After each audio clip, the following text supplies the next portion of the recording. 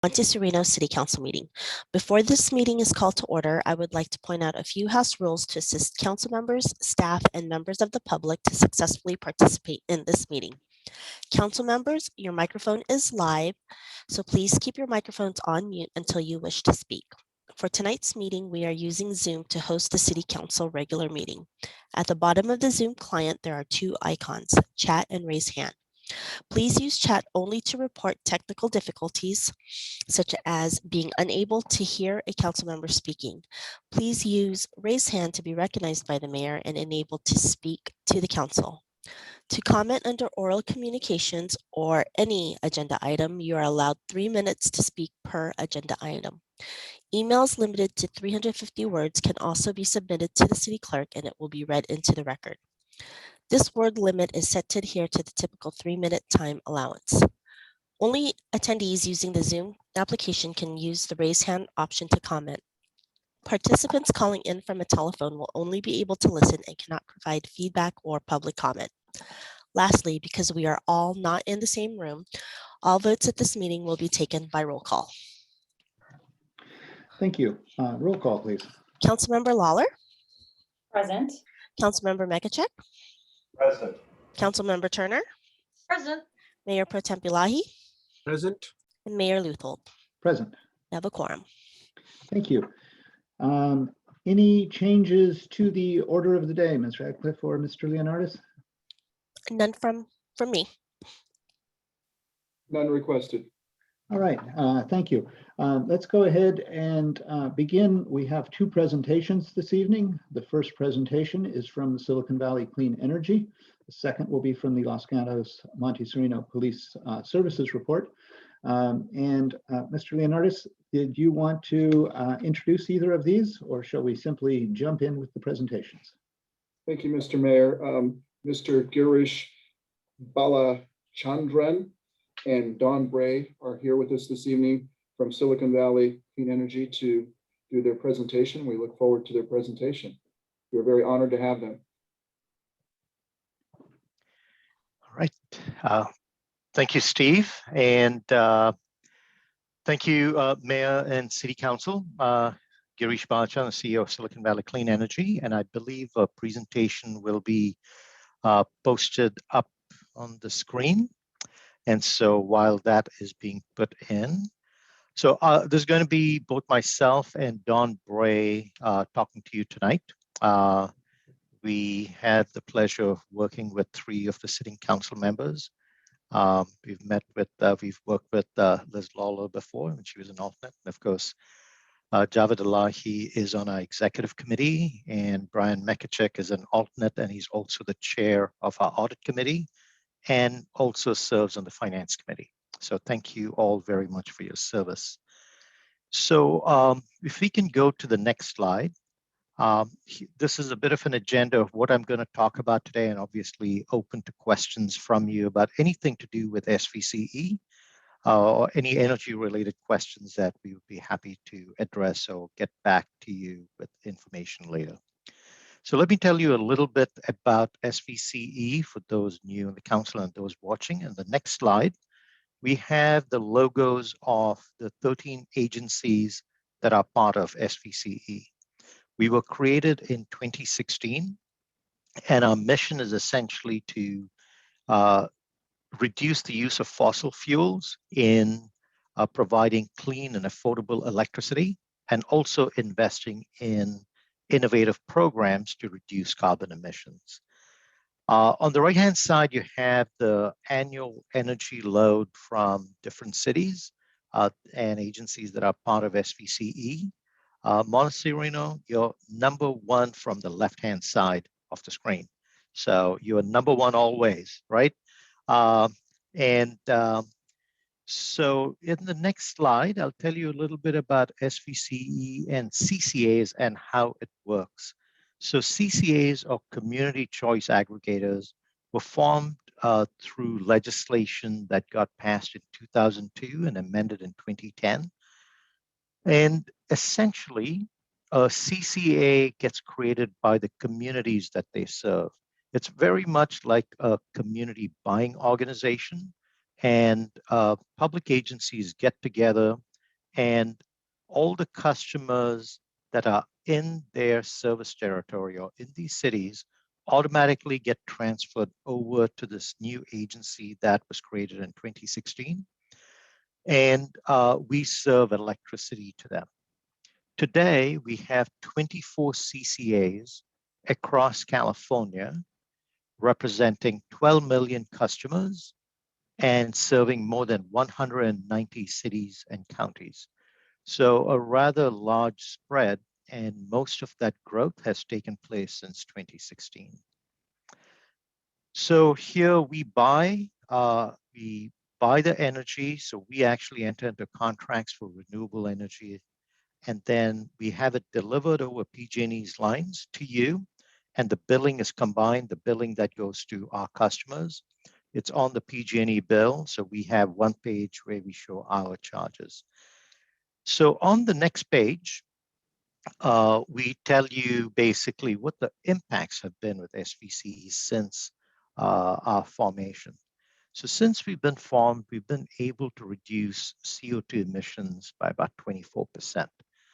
That's pretty remarkable if you look at what the CO2 reductions have been prior to that. And that kind of is why you created us, because you wanted to take control over the electricity supply for your city so that you could clean it up and therefore have lower emissions. In the last 3 years, we've invested more than $1 billion in renewable energy projects that have contract terms from 10 to 20 years. And the first one will be coming online at the end of this year. We have had more than $69 million of bill savings for our service territory. So today we provide all Monte Sereno customers, well, our customers, a 1% discount to the PG&E rates. Last year it was 4%, before that it was 1%, and then 6%. So depending on how PG&E's surcharges are imposed on us, our board basically adjusts our revenues to, and so far we have continued to provide a rate discount.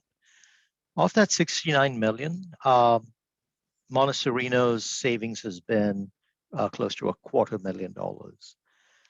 Last year, we also had a COVID relief program where we provided all our low-income customers a $100 credit.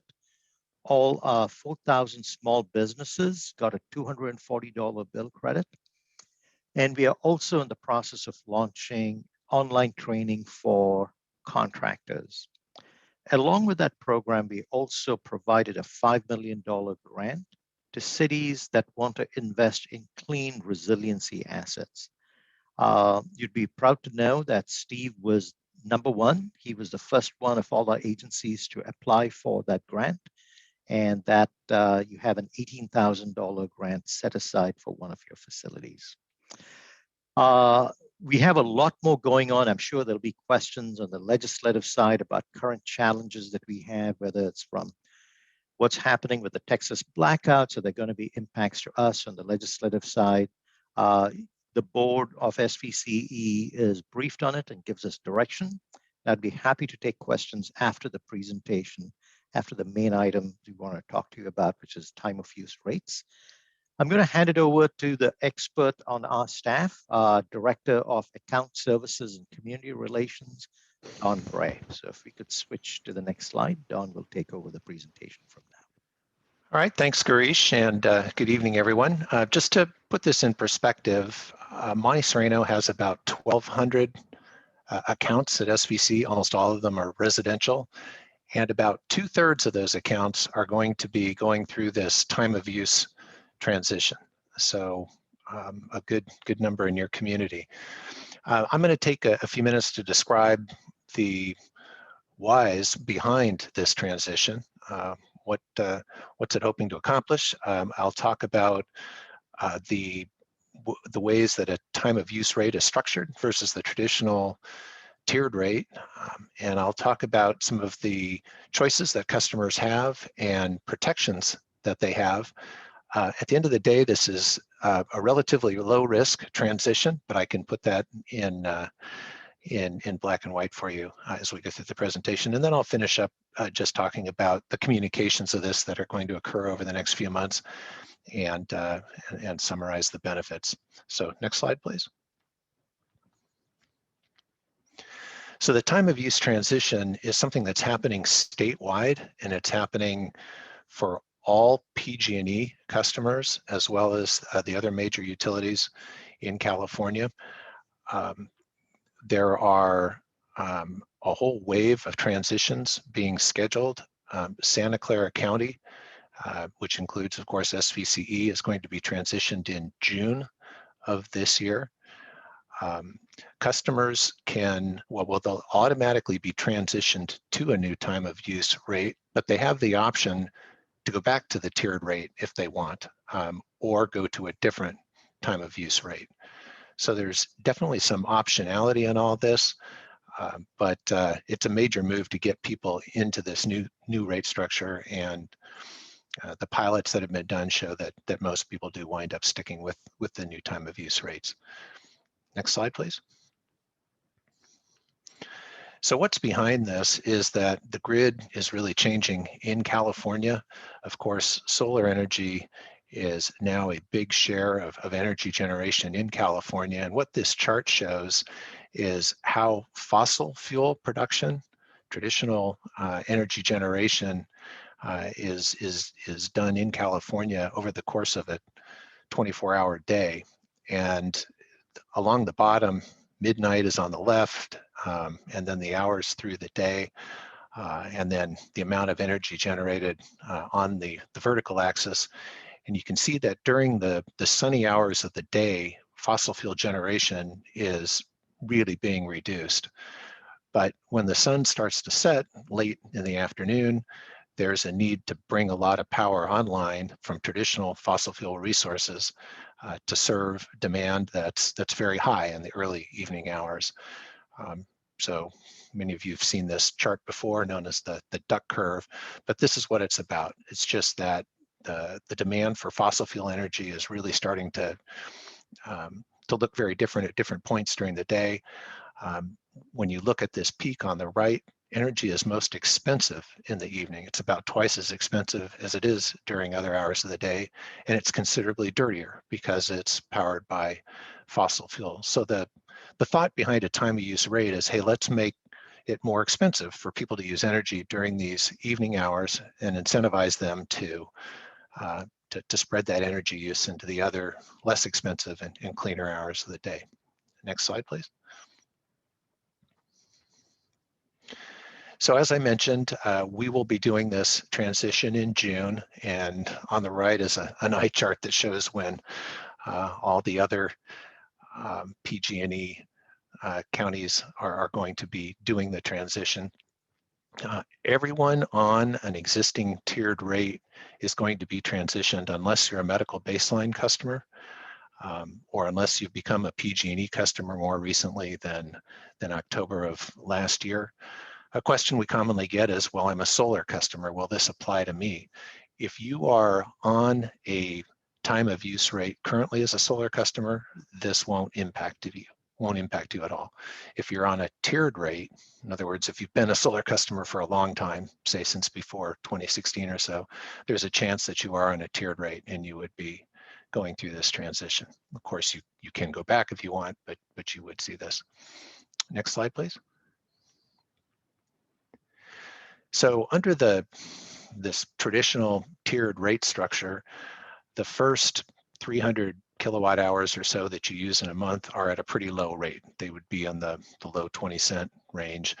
And then the next, say, it's going to be 800 or 900 kilowatt hours you use in a month, they're going to be at a higher rate, closer to 30 cents.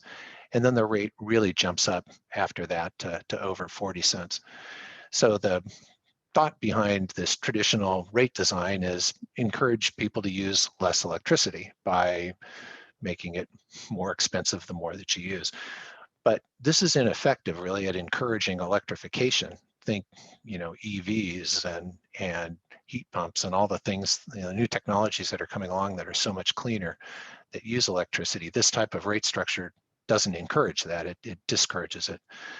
So that's one of the big big reasons. Another reason, as I mentioned earlier, is this doesn't speak to when energy is used at all. So next slide, please. So this is how a time of use rate works. As the name implies, the rate varies depending on what the time of day is. And for the standard time of use rate that people will be automatically transitioned to, that peak period is between 4 and 9 p.m. in the evening.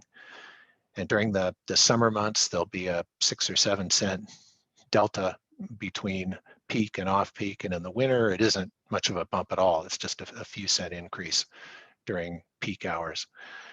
So again, very different philosophy. It doesn't matter how much you use in a month, the same rate's going to apply, but it is dependent on when you're using that electricity. Next slide. So during the first year of the transition, any customer that makes the transition and stays with it gets what's called bill protection. And in the event that they would have been charged less on their old tiered rate for the amount of electricity they use during that year, they will be credited the difference.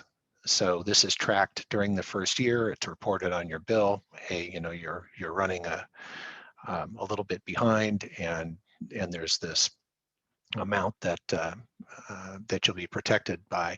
This also helps inform you as to whether you're going to make money or lose money staying on the rate.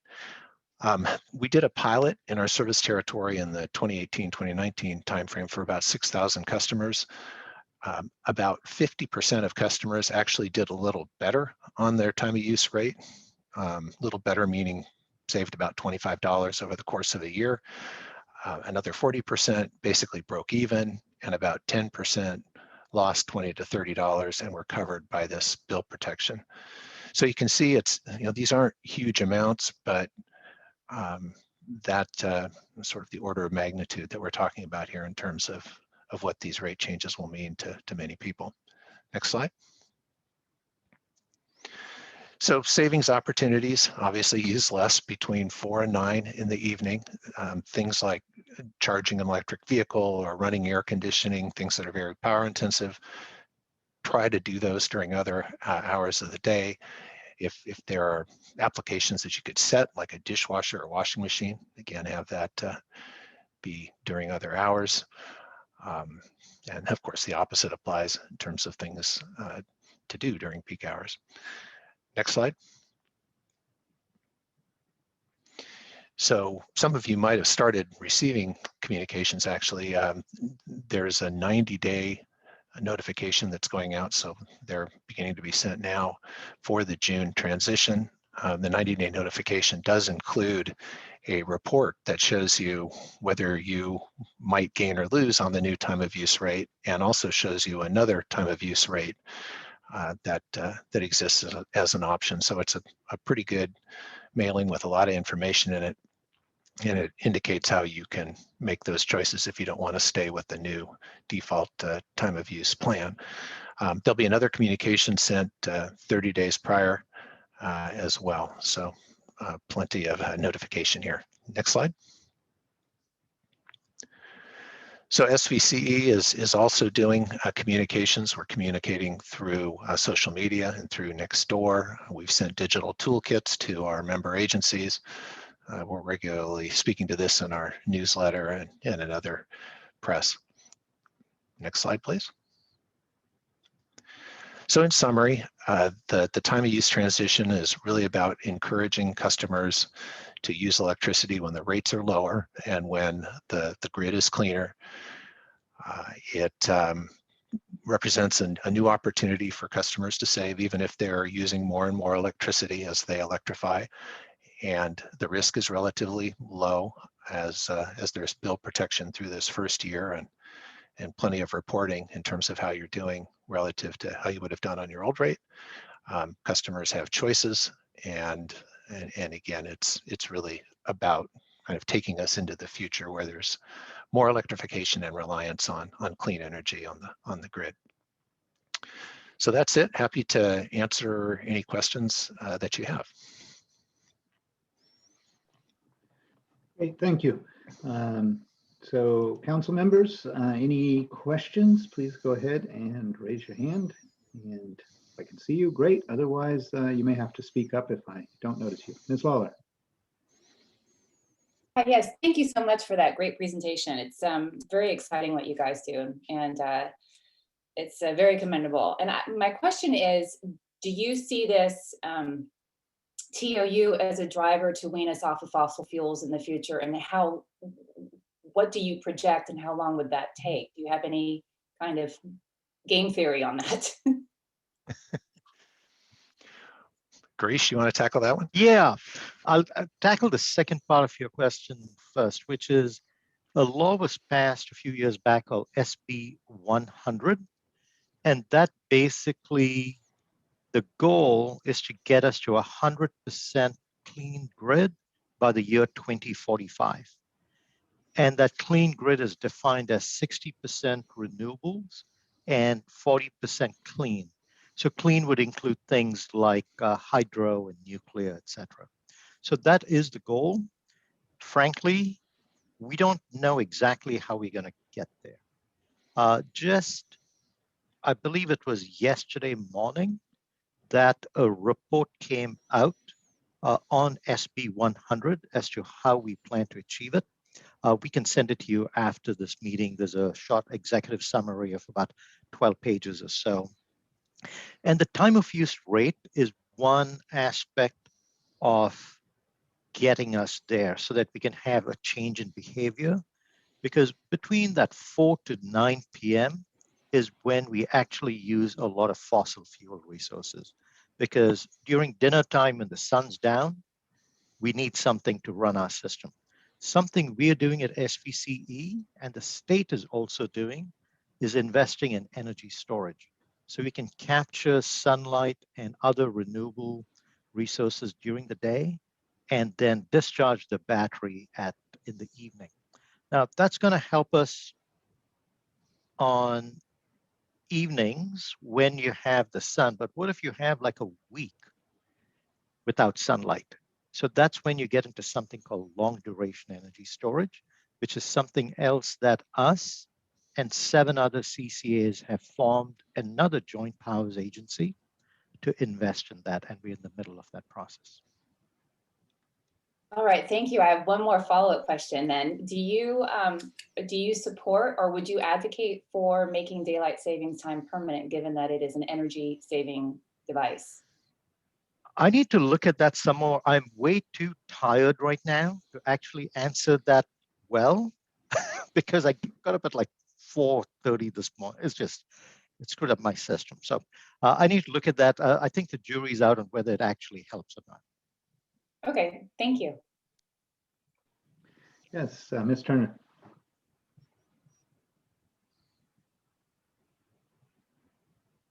Yes, if I may, I would like to make a few comments and I have some questions to ask. I'd like to take this at a different angle as well. From my readings, the world's largest emitters of greenhouse gases are China and India, followed by a number of smaller countries.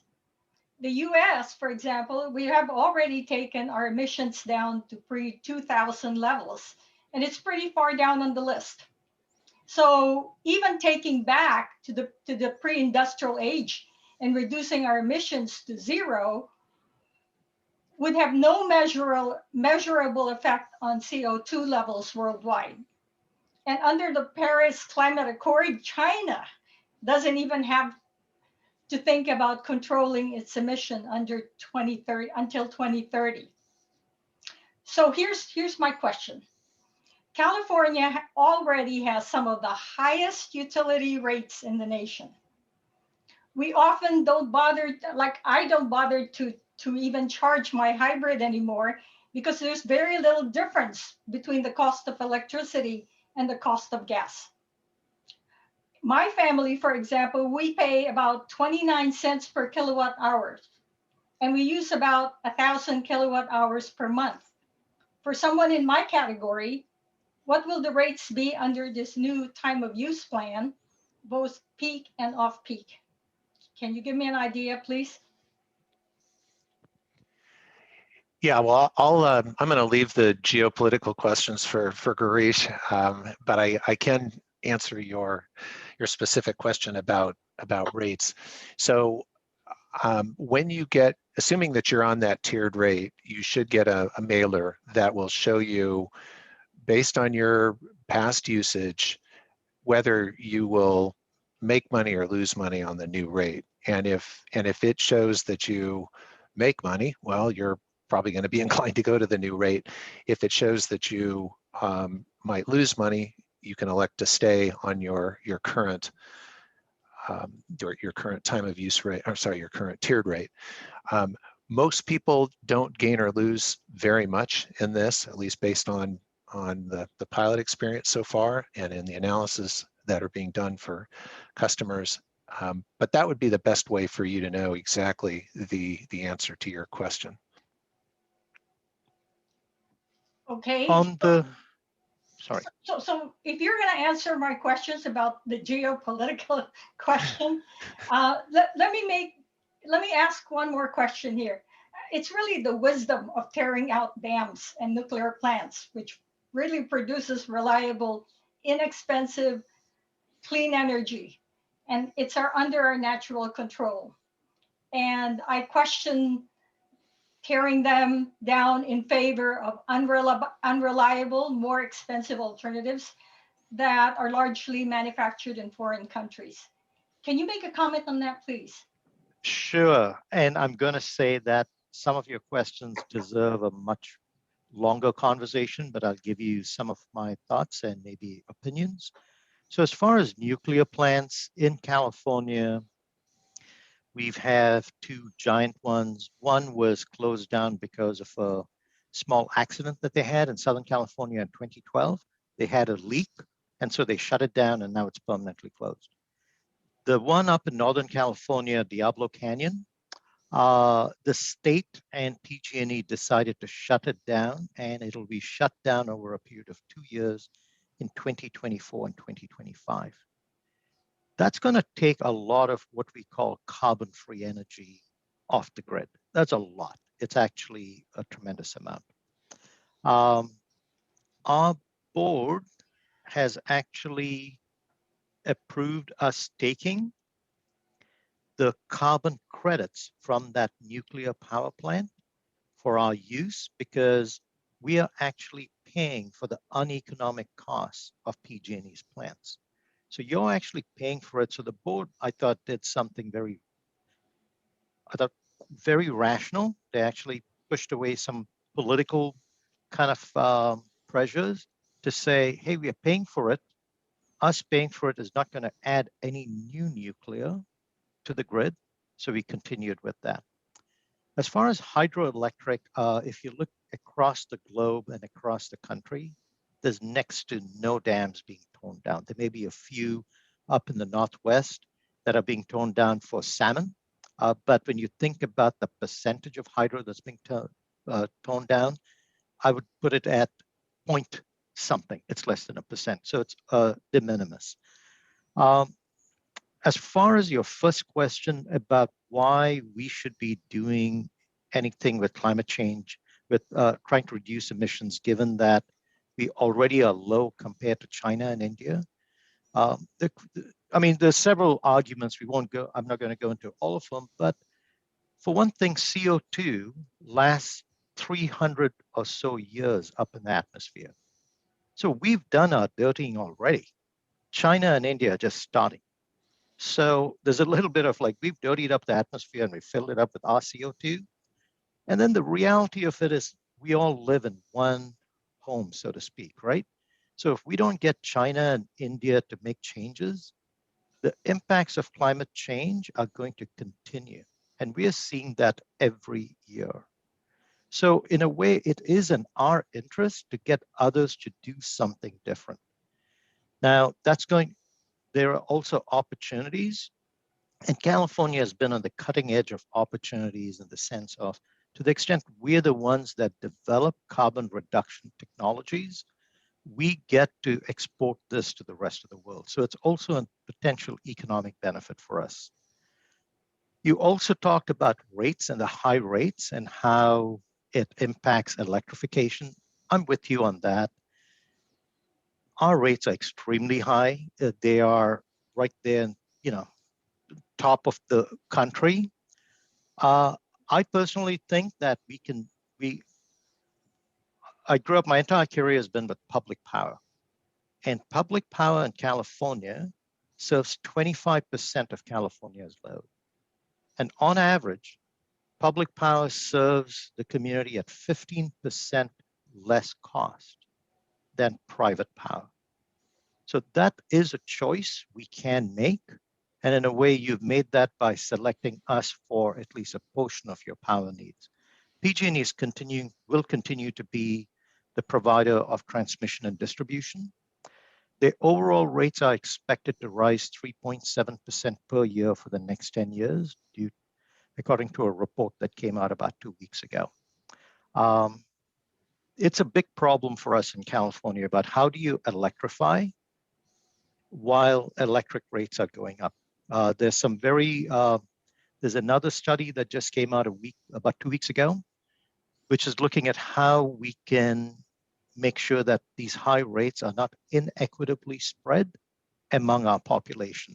There's a very regressive effect on rates where poor people pay more as a percentage of income, and they are looking at options as to how to do that. So there is no easy solution on it. So I'll stop there. See. Thank you for your answers. And obviously the political discussions have a long way to go, and Monte Sereno is a small piece of that, but we want to learn more and certainly have our opinions heard. Councilmember, Mayor Pro Tem Ellahie. Thank you. Thank you for giving us the presentation. SVC being on the board has been a pleasure. You guys are doing a great job there. And I think the cost of electricity, whatever it is, the mission of SVC should always be to provide electricity at a cheaper rate than what PG&E does. And so in a sense, the carbon-free gas is saving us money by not depending on the fossil fuels, which appear to be more expensive. And one reason SVC can't give a further discount is because PG&E has built into its system and convinced the PUC that it must be paid every penny for whatever it's already done and for its wasteful practices. So we end up paying PG&E, Silicon Valley Clean Energy, that is, ends up paying PG&E for its losses in many ways, and that's why the bill is higher. One thing I wanted to ask you, I know there's especially for Monte Sereno, a lot of people here have EVs. I understand there's a separate meter you can get just to plug in your EVs, and maybe they'll save somebody some rates, and I don't know if the cost of the meter matches that, and does PG&E install that meter, or do you guys have anything to do with that? So there are new commercial rate plans. So this would apply to business, where a business can set up a separate meter for charging EVs, and there's a special rate that applies. For a long time, there was a home rate as well, where you could set up a separate meter and be charged a separate rate. I believe it was the EVB plan. Some of you may have been on it. I believe that is changing. I'd have to get back to you with the exact details on the status of that rate.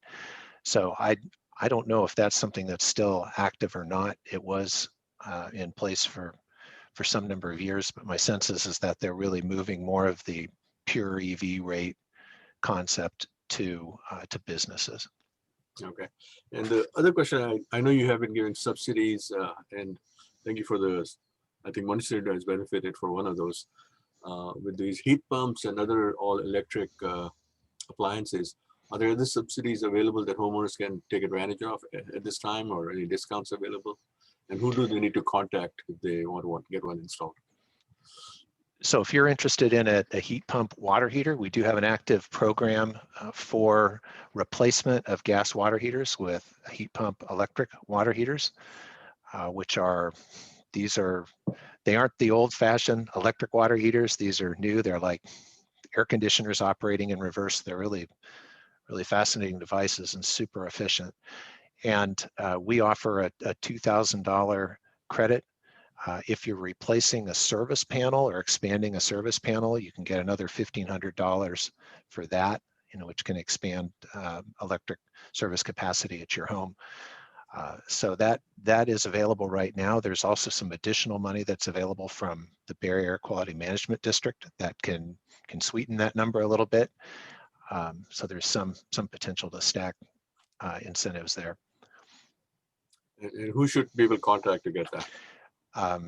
You should contact, well, I'd say me, and I can get you set up with the right persons. But it's on our website. You should, if you look for our heat pump water heater program, yeah, you should find the application. But if there's any questions, Director Ellahie, I'm happy to provide that information. Yeah, no, I just wanted to make it to the public. You're basically the Silicon Valley Clean Energy website. Yeah, is the one to go. and, Okay. yeah. Thank you. Great, thank you. Any other council member comments or questions? All right, appreciate the presentation this evening and looking forward to working with you as we go forward. So thank you very much. Thank you Thank very you. much for your membership and service. Great. Do you want to Thank see you. if the public has any questions? Or? No, we need to keep this moving along this evening. And so if the public has issues, they can bring them up with us in public comment and then we can follow up. Thank you. All right, thanks.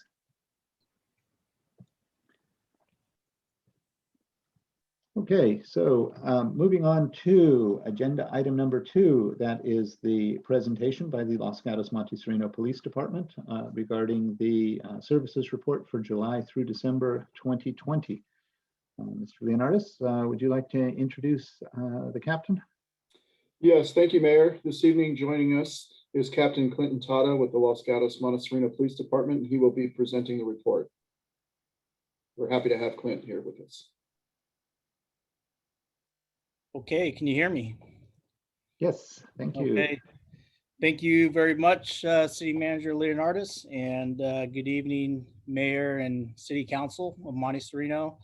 It's always a pleasure to produce and serve Monte Sereno as your police agency, and I'm here before you tonight to present the July 2020 through December 2020 police services report. I'm first going to start off by just recapping that, and what a year, what a last 6 months of 2020 it's been, not just for the community as a whole, and with everything that had transpired over the year of 2020, even for us as a police department, from COVID to wildfires, protest events that were new to us, and then obviously moving in a direction of community workshops that we will be implementing some police reform measures as we move forward in 2021 here. So we'll go ahead and start off, and I'll start with the first slide here as we move forward for the presentation. So the first slide before you tonight is a slide of our Part 1 crimes through UCR. As you will see on this is, it's fairly low in the city of Monte Sereno. There is 4 with an asterisk there for aggravated assaults. Per our UCR requirements for reporting, we do have to denote every victim that's accounted for per incident. In this case, there were 4 victims that were listed as a part of 1 incident that involved a disturbance. And so that number reflects accordingly with the asterisk there. Throughout the last 6 months, we have seen various trends in crimes, with COVID being 2020 the way it was, and we did see a lull in property crimes, during the lockdown and some of those specific time periods. As the economy and the shelter-in-place orders started to get lifted, we started to see some of those activities definitely start picking back up. So you can see there in July, we were pretty low on a lot of those burglaries. We have 1 there in July. August, September tend to be some of our busier months. And then obviously as we move into the holiday season, we get back into that shelter in place order and that sort of thing. So A lot of our burglaries that we have been seeing have been fairly consistent with a lot of other jurisdictions as far as, just volume and some of the crime trends that we've been seeing throughout the different communities in this region, from residential burglaries to commercial site burglaries, and a lot of larceny thefts as crimes of opportunities. Unlocked vehicles. We did see a big spike in 2020, not specifically in Monte Sereno, but in the town of Los Gatos for stolen vehicles. So a lot of during the shelter in place time period, we didn't have our traditional numbers of property crimes such as burglaries, vandalisms, and thefts, but we had different types of property crimes, which one of them was stolen vehicles. A lot of vehicles were getting stolen. And we attribute some of those things and some of the lower crime numbers during the shelter in place time to obviously, people are at home. They are, at home, working from home. There's a lot of that as people start, economy starts opening back up. People are going back to work. We're starting to see some of those crime trends starting to increase back up again as we move forward. Next slide. A few notable cases in Monte Sereno. Again, these will cover the time period from July to December. And so just a few to highlight that we are under current investigation currently right now is we had an incident on Rose Court where we have video surveillance footage that determined that a suspect had entered a garage in the middle of the night or in the early mornings of the night at about 4:15. That suspect, that gained entry into that unlocked vehicle that was in the garage, and then obviously used the garage remote control to make entry. Some of the surveillance video pictures that we have from that inside, as that person went inside the garage, showed what appeared to be some kind of firearm that was in their possession. That was never confirmed if it was actually a real firearm or some sort of pellet gun or whatnot. But that case is under current investigation right now. Detectives are currently seeking some assistance from other agencies, looking to see if that suspect resembles any other similar burglary suspects that are out there. Another case of note was a residential burglary where a resident was out of town on Lexington to come home to a shattered glass door in the backyard, and the residence was ransacked. This is a traditional burglary, residential burglary, and the types of crimes that we are starting to see, again, starting to trend in both Los Gatos and Monte Sereno. We have made several arrests on several of these suspects, but there are multiple crews of subjects and suspects committing these types of crimes. So we are continuously working with some of our adjoining jurisdictions, the Sheriff's Office, Campbell, San Jose Police Department, and putting pieces together because a lot of these criminals that are committing these crimes are also committing crimes in their jurisdictions and are responsible for crimes in their areas as well.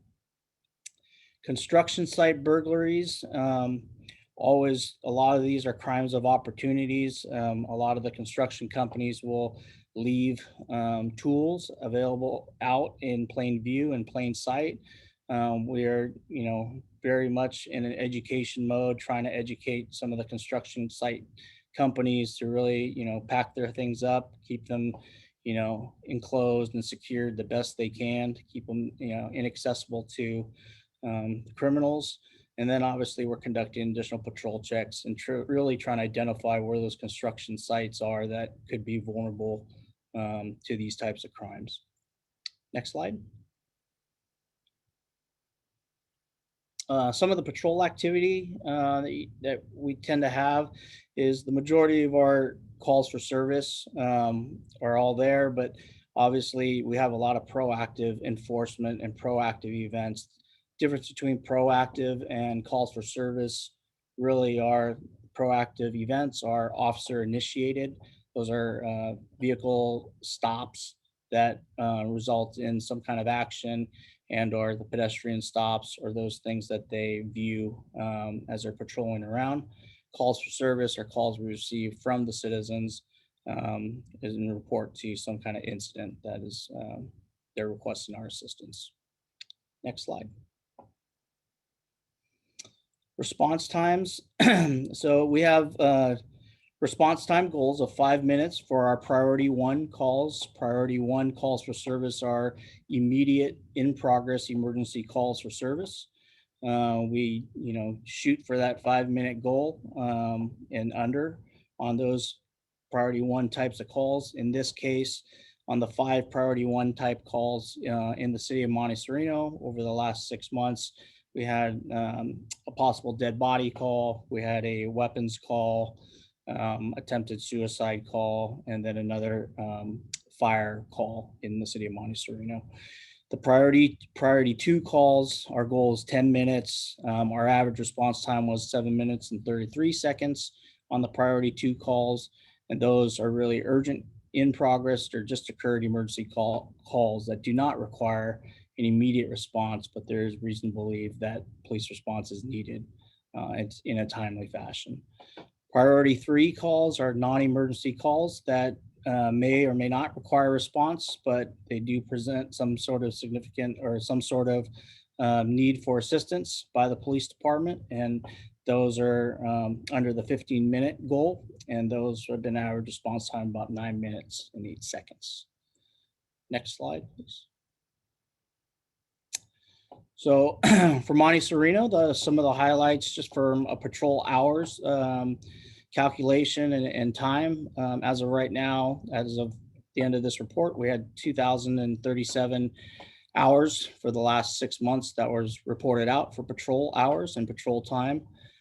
So our dedicated hours of traffic enforcement was up in the range of 329 hours. What we are really shooting for as we move forward is really increasing a lot of patrol checks throughout Monte Sereno, really encouraging our officers to drive deep into the neighborhoods, not just on the main thoroughfares, although the majority of a lot of what we tend to see, a lot of our areas of crime that have been occurring for property crimes are occurring on streets that are off of some major thoroughfares like Highway 9 and Winchester Boulevard. Next slide, please. Reported traffic collisions. So during the last 6 months, we had 1 reported injury traffic collision in the area of Winchester and Grosvenor. And the primary collision factor on that was for unsafe turning movement. Again, we tend to see a lot of the collisions that occur in Monte Sereno on the main thoroughfares in the Winchester corridor, as well as the Highway 9 corridor. Our traffic sergeant does a great job providing directed patrol traffic enforcement areas that are solicited by the residents of Monte Sereno and called into the police department, and our motor officers and patrol officers, as time allows, will focus on traffic enforcement in those specific areas. Next slide. So just to cover some of our volunteer services that the police department offers and wants to make available to our community members. Obviously, we've had some challenging times through COVID, and just managing our own sworn and civilian staff has been a challenge to keep everybody healthy. And so some of our volunteer service programs have taken a step back, and we are starting to begin revitalizing those programs and getting them active in the community again. First being the CERT team, emergency preparedness, and really reaching out to the community members and getting a lot of involvement in CERT. We believe this program is very beneficial from, individual resiliency, understanding, and preparedness to also community collaboration when that disaster does occur. Next slide. Some additional community outreach services and volunteer services that the police department provides for the city of Monte Sereno, as well as victim services unit. So we have a group of volunteers that assist our patrol and investigations division in responding out to critical incidents when, a tragedy has occurred, a death has occurred, and there's been some kind of traumatic situation where the victim or a family member or somebody would like to speak to somebody to try to get some additional assistance and resources. These people that are volunteers for us have backgrounds in that specialize in their day-to-day functioning jobs where they are professionals at some of these services. And so we are very fortunate and very thankful that a lot of these folks have stepped up and really volunteered their professional abilities to actually provide services to help us in our community. And so they are part of a victim services unit team that will assist us on a lot of those response. In addition to that, we have a disaster aid response team, the DART team. The DART team also helps supplement on special events, as well as when we have major power outages or we need assistance with traffic control, search and rescue during certain types of incidents. Those are also volunteers that come and assist the police department and will help be there for the city of Monte Sereno.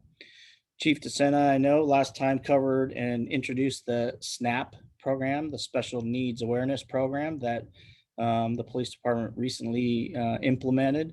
And this is really a program geared for families with family members that have special needs, and really something that they would volunteer to us as a police department to provide us some insight to let us know that, hey, if we're responding out to a call at your residence or we're dealing with one of your family members that they may have some sort of mental health or special needs assistance that may be needed, that will give us some insight to that prior to that contact and throughout that contact for any follow-up that's needed as we move forward. Some of the other programs, Operation Care, Neighborhood Watch is always a huge component of what our day-to-day function is on patrol. We always say we are, a department of 39 sworn officers for both the town of Los Gatos and the city of Monte Sereno, that we really ask the community for their assistance and to be those extra eyes and ears out there for us and help report crime, solve crime, deter crime, and really take an education and preventative approach as they, live their lives in such a great community in Monte Sereno.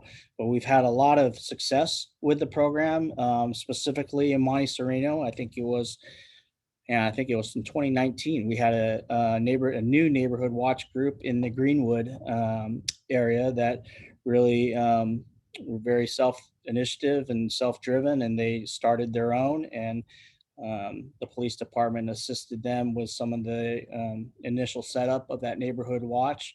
And it's really assisted us in some of our investigations through some of the preventative and measures that they've taken in the last year. So that's been a really big positive. And what we're really trying to do is outreach to the rest of the city of Monte Sereno and other areas and really try to get some of the other neighborhoods on board as well.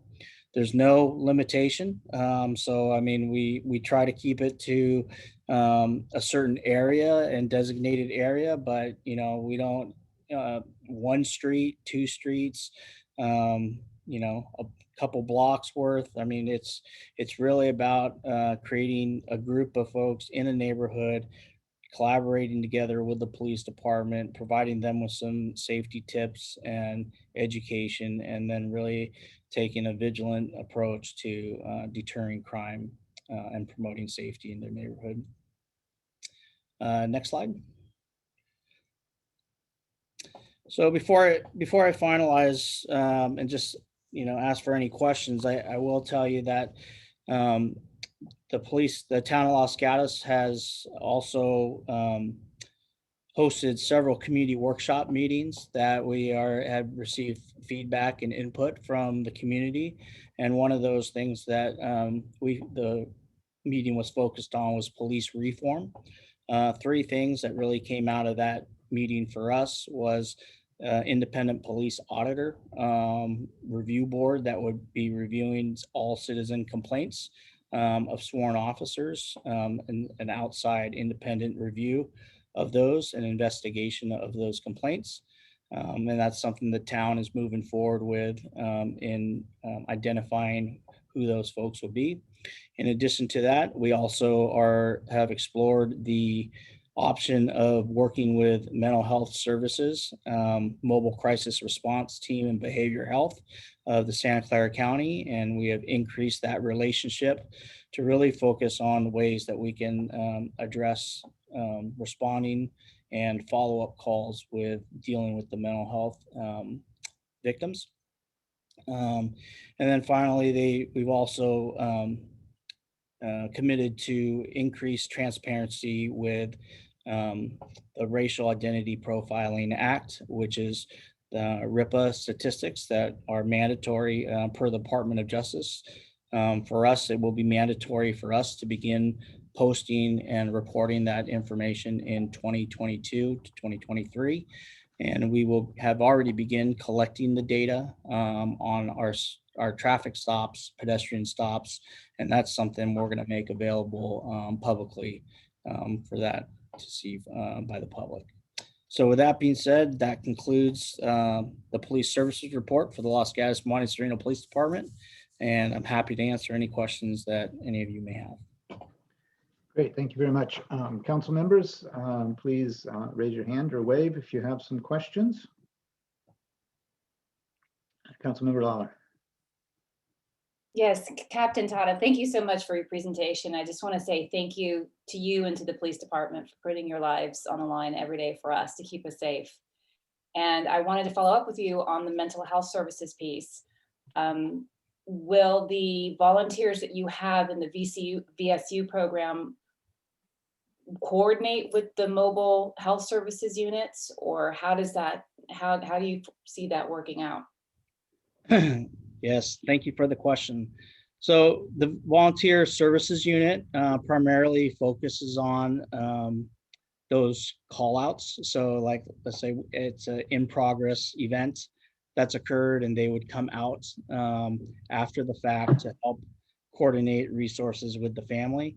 The mobile crisis response team by the that deals with the mental health and behavioral health services through the county. That is a team that we're partnering directly with to respond out and assist us on specific in progress mental health calls.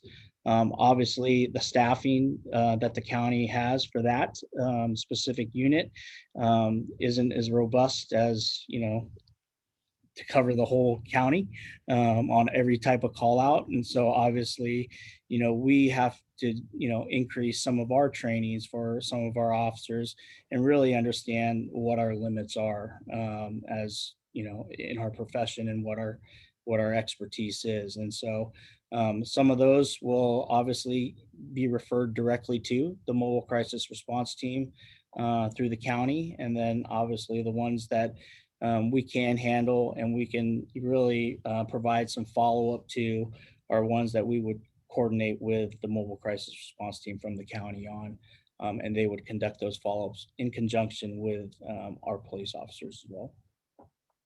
Great, thank you for that, and thank you for being so proactive. Thank you. Thank you. Councilmember, Mayor Pro Tem Ellahie. Thank you for being here. It's good to see you here, or your group here every few months and give us a good police report.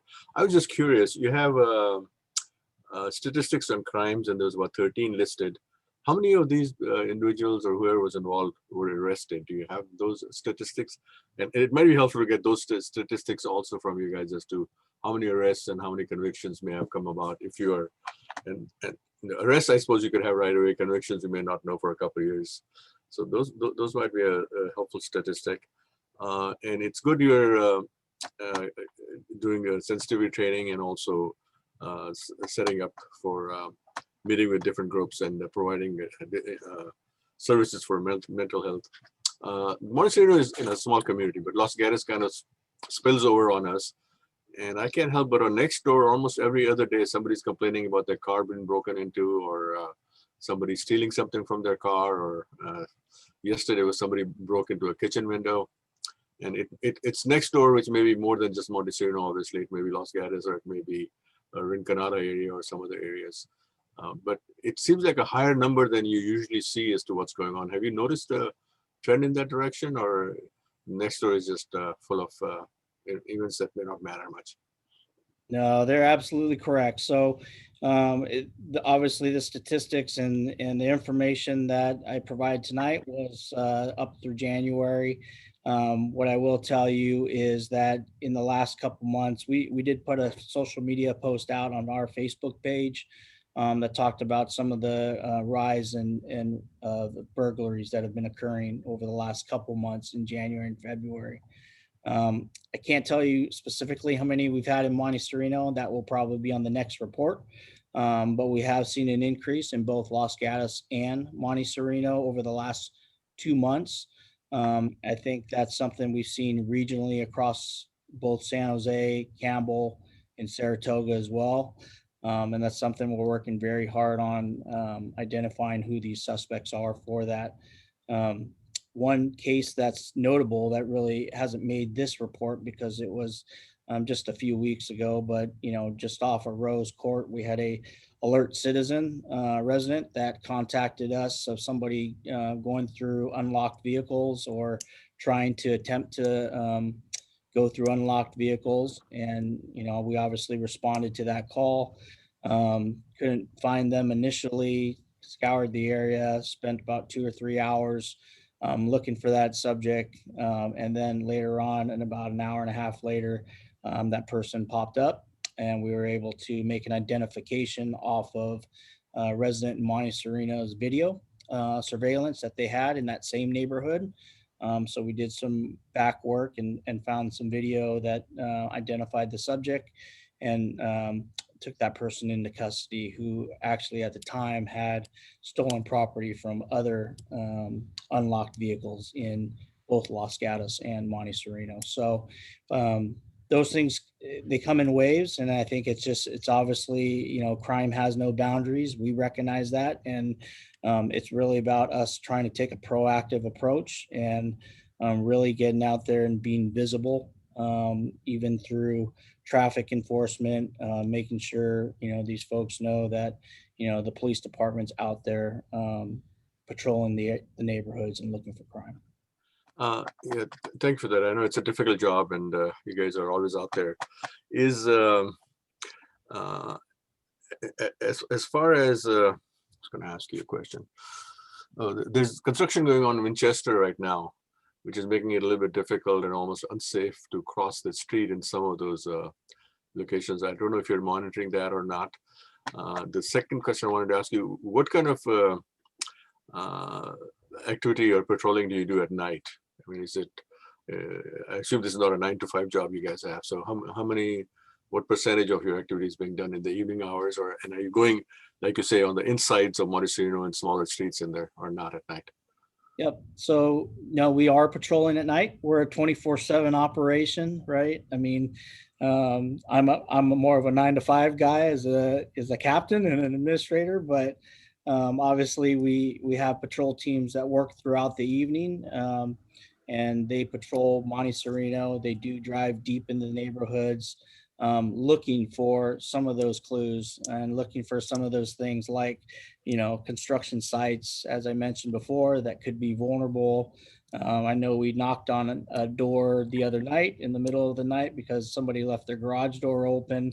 And it's just those things that we proactively see that may not go completely noticed, but, we just try to intervene and provide some kind of education to both the residents, and then also take some proactive measures in trying to deter some of those people from being victims of any type of crime. Okay, my last question is going to be, Monte Sereno, Los Gatos is a pretty diverse community. Are you making some steps to meet with, like other citizens in your area? I mean, you've got mosques and churches and other communities. Are you making sure that they understand that you're there and they can feel comfortable? Absolutely. So it's been a little bit difficult with COVID, but we have worked with a lot of the faith-based organizations and a lot of the other intercultural communities that we have here in Los Gatos. The West Valley Muslim Association we work very closely with them and some of the folks over there, as well as the JCC. We work very closely with them, the Shir Hadash. And then we have several of the churches as well that we worked very hand in hand with in both two different ways. Number one, from a crime preventative measure and providing some, advice to them. But a lot of those locations, experts in our department will go and do site security assessments for them. And so we develop a lot of that relationship through meeting with them on a regular basis, assisting them with their safety plans and evacuation plans in dealing with those kind of crisis situations. So. Great, thank you so much. Appreciate it. Great, thank you. Anyone else? Comments, questions? I have a few that I wanted to follow up on. So Captain, one of the things that I'm always concerned about and wish that there was better outreach on is data sharing. Obviously, Monte Sereno, we're looking at your report here and we see 1s and 2s and 4s, and there's very little crime, relatively speaking, statistically.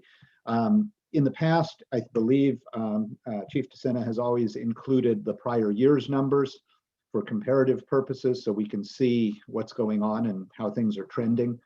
I'd also be interested first in seeing that, as well as seeing longer trends, like a 10-year trend, and having the police department's report really encompass on whether crime is going up or crime is going down, because I think that's a message that's lost on the public, especially in these days of next door, where it's immediate and it's exciting and everybody's talking about it, and Nextdoor's new policy is visible to all. So we see things that are from neighborhoods that we have to look up and see what they are. They're no longer just the Los Gatos-Monte Sereno community when people post wrong. So I think I just wanted to comment that I'd like to see the information for Monte Sereno and Los Gatos, since it's so much part of us. If there's 30 aggravated assaults in Los Gatos, that's certainly something that is important to us, even if we only have one or a few victims. So I'd like to see that, and I'd also like to see it shared on your website as well. I went there specifically to find out the other day, was crime going up or down in Los Gatos, and I can't find it. I know you have these reports, you give them to the city council in each of our cities. I don't want to spend my time looking for it. I want to see it right there on your website when I go there.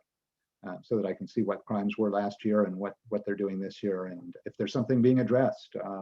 I'd love to see you guys marketing and advertising those programs a little more. I was excited to see the SNAP program. I have a neighbor right now who's got some mental health issues, and I think the first thing the police department knew about that was when they were called out, actually fire department and then police. But that's something where I think the SNAP program needs to be really actively marketed, probably on Nextdoor, reaches almost all of our town now, regularly and repeatedly, and through our city website and our listings as well. So sounds like you've got some great stuff going on. I'd just like to see you really promoting it and getting it out there, because I know as a community poster on Nextdoor, you really can't engage in the same types of communications, and you tend to post once and it falls off quickly. So I think frequency and information will really help if you can get out there more. Facebook, I think, is useful to some people. I haven't seen it in 4 or 5 years and have no interest in going to a Facebook page. So I think you have to make sure you hit all the social medias when you go out. So just kind of comments really for notes about ways that the communications can improve. And I do really appreciate what you're doing there. The other, just on one comment, I think probably appropriate to continue the discussion as school starts to come on again in front of Dave's Avenue. I know there are concerns. We want to make sure that people understand that kids are back in session as they start to come back online, and educating the community about that as well. Another thing that's been happening on Dave's Avenue, people have been blowing the stop signs, probably kids coming through the stop signs at 30 or 40 or 50 miles an hour, blowing every stop sign on the street. It seems to be a game that's going on, and I've seen some posts that that's happening in other neighborhoods as well. I don't know how you're ever going to catch that, but seems to be something that would be worth trying to pursue if that continues and becomes something that becomes more common. So lots of talking, but if you have any comments about those, love to hear back. Otherwise, mostly it's input for ways to improve. No, thank you very much, Mayor, for that input. One of the only things I would express to the community, as well as the council, is regarding Nextdoor. So oftentimes it comes to us, third party, about some of the chatter that's going on Nextdoor about individual incidents or whatnot. And I know a lot of the Nextdoor leads are very good about reminding folks to make sure to report the information to the police as well. But some of those things do not get reported to us. And so we just want to make sure that people do know that we encourage them to contact us to make sure that we have a record of that and know what's going on. As a police department, we don't have the ability to monitor the Nextdoor conversations in the same forms that residents do. So we have different limitations. We can post and we can be invited into specific neighborhood conversations, but we don't have the ability to monitor the various conversations that are going on between neighbors on Nextdoor. Great, thank you. And one of the other things that, again, for clarification purposes, and this may be something to put out there, including saying it repeatedly on Nextdoor and having the leads repeated that you're not an active participant and you don't see that stuff necessarily, is to educate people about when we should be using 911 versus when local calls directly to the police department are preferred. I know when I moved here 12 years ago or so, the police were very active on making sure that we had the local number because 911 was not going through very quickly at that point. And there's a lot of people, myself included, who certainly don't think to dial 911 to report mail theft, for example. But having that police number available, refrigerator magnets and these kinds of things, and the welcome packet, but getting it out repeatedly on Nextdoor would be recommended. And also just educating people. There are a lot of new immigrants in the community and letting them know that there's a direct phone number if they have a minor incident that they can call on. And I guess related to that, do we have 311 non-emergency connection to the police department locally, or should we use the local phone number for that? No, you use the local phone number, 408-354-8600. All right, thank you. So thank you so much for your presentation and service, and really looking forward to seeing you again for the report in 6 months. All right, thank you very much. Thank you. All right, moving on down the calendar, the next area is oral communications. This is the time when members of the public can speak about any matters of concern which are not on the agenda this evening. If we have any members of the public wishing to speak on such items, please raise your hand to be recognized. We'll take a second to queue you up if there's anyone here to speak on anything. Mayor, if Yes. I believe Kathy Smith was wanting to speak this evening. I don't know if she has been located by Ms. Radcliffe or Mr. Kizan. Okay, and I had previously seen, okay, yeah, Kathy Smith is here and John Calhoun is here. So those were people who were expected. It looks like Ms. Smith, you are queued up first. You'll have 3 minutes to address the council when you're recognized. Go ahead. Let me just unmute. Okay, thank you very much. And thank you for your service as always. I would like to talk about the topic that they were just talking about. I'm both on the neighborhood watch and a lead on Nextdoor.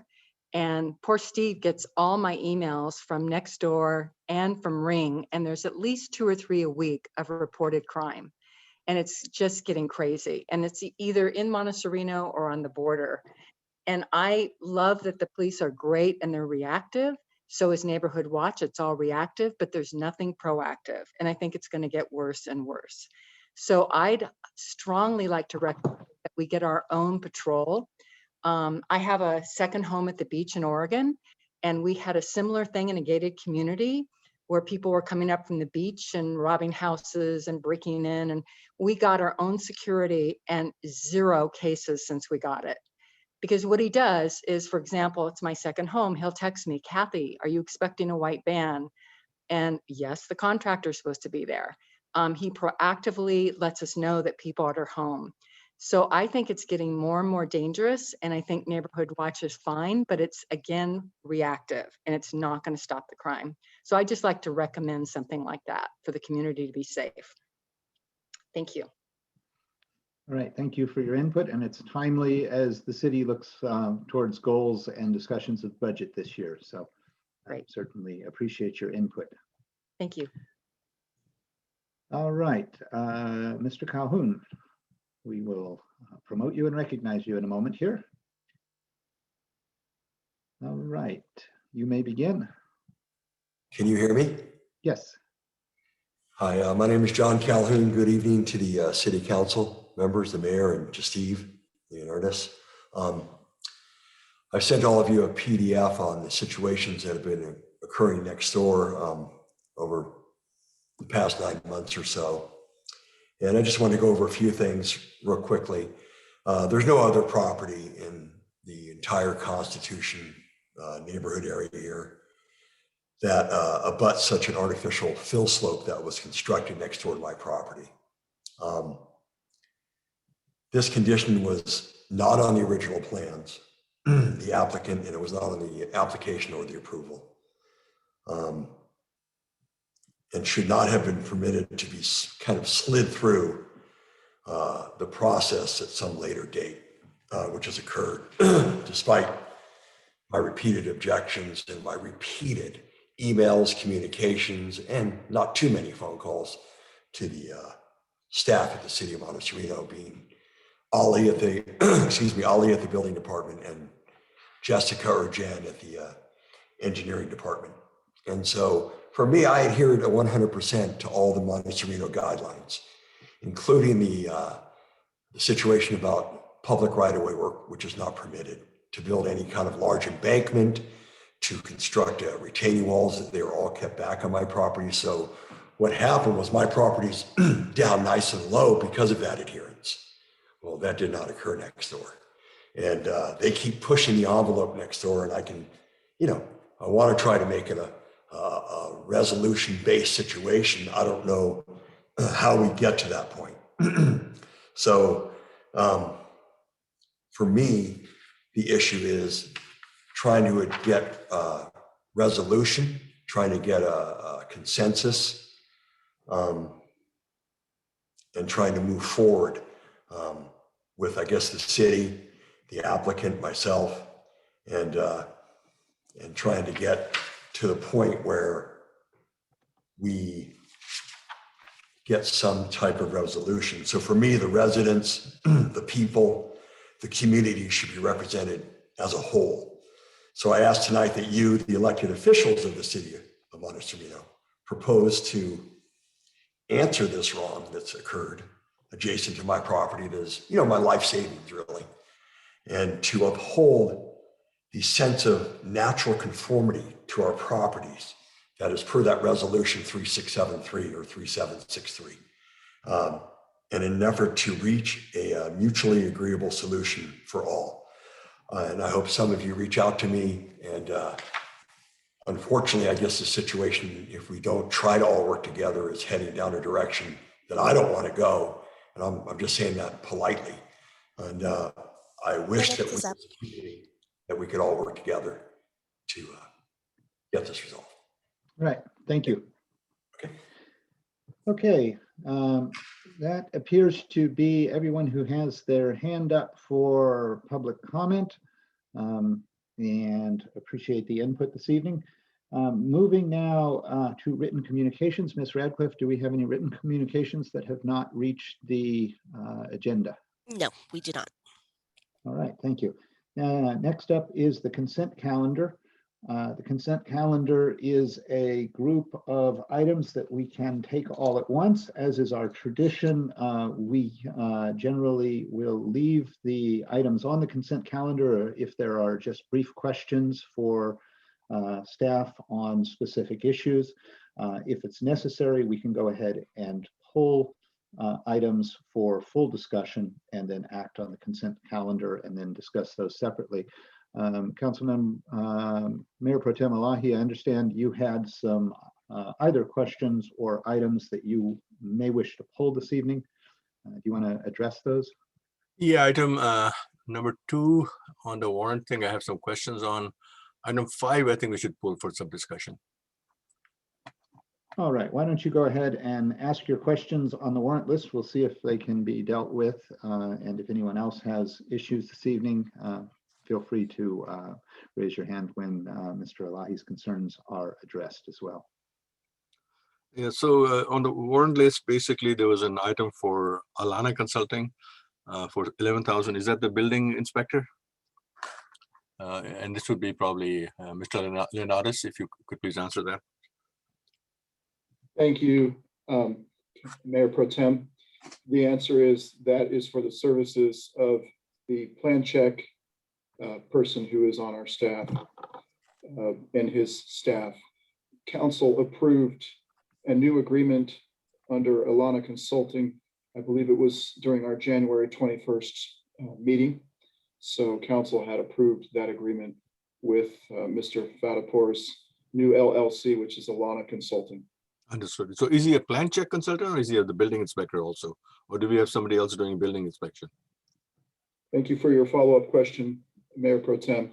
We have a very part-time person who performs building inspections through our other vendor called CSG. It's about less than 10 hours a week that individual performs building inspections on behalf of the city of Monte Sereno. So do we have a contract or is there a check here that's also going to him? So we have a contract with CSG to provide building inspection services as well as code enforcement services, which are both, very minimal activities in the city of Monte Sereno. And in the past, when Ms. Khan was on maternity leave, CSG also filled in for engineering services recently for several months in a row. I think it was about 4 months. All right. So if there's a contract, I would appreciate if I can get a copy of that because I don't know if I saw one on that. The second question, I just want to move on. You've got a Kohler generator, $15,000 was spent for Anthony Lewis. Was that part of a contract or those amounts, should they come to approval to us before they're approved or paid? Or is that under your authority? Thank you for the question. The $15,000 is under the signing authority. And what the intention is to have a backup generator system. So when the power goes off at City Hall, we don't have downtime, which costs effectively, potentially many more dollars, as well as our inability to support the community in the event of a major emergency.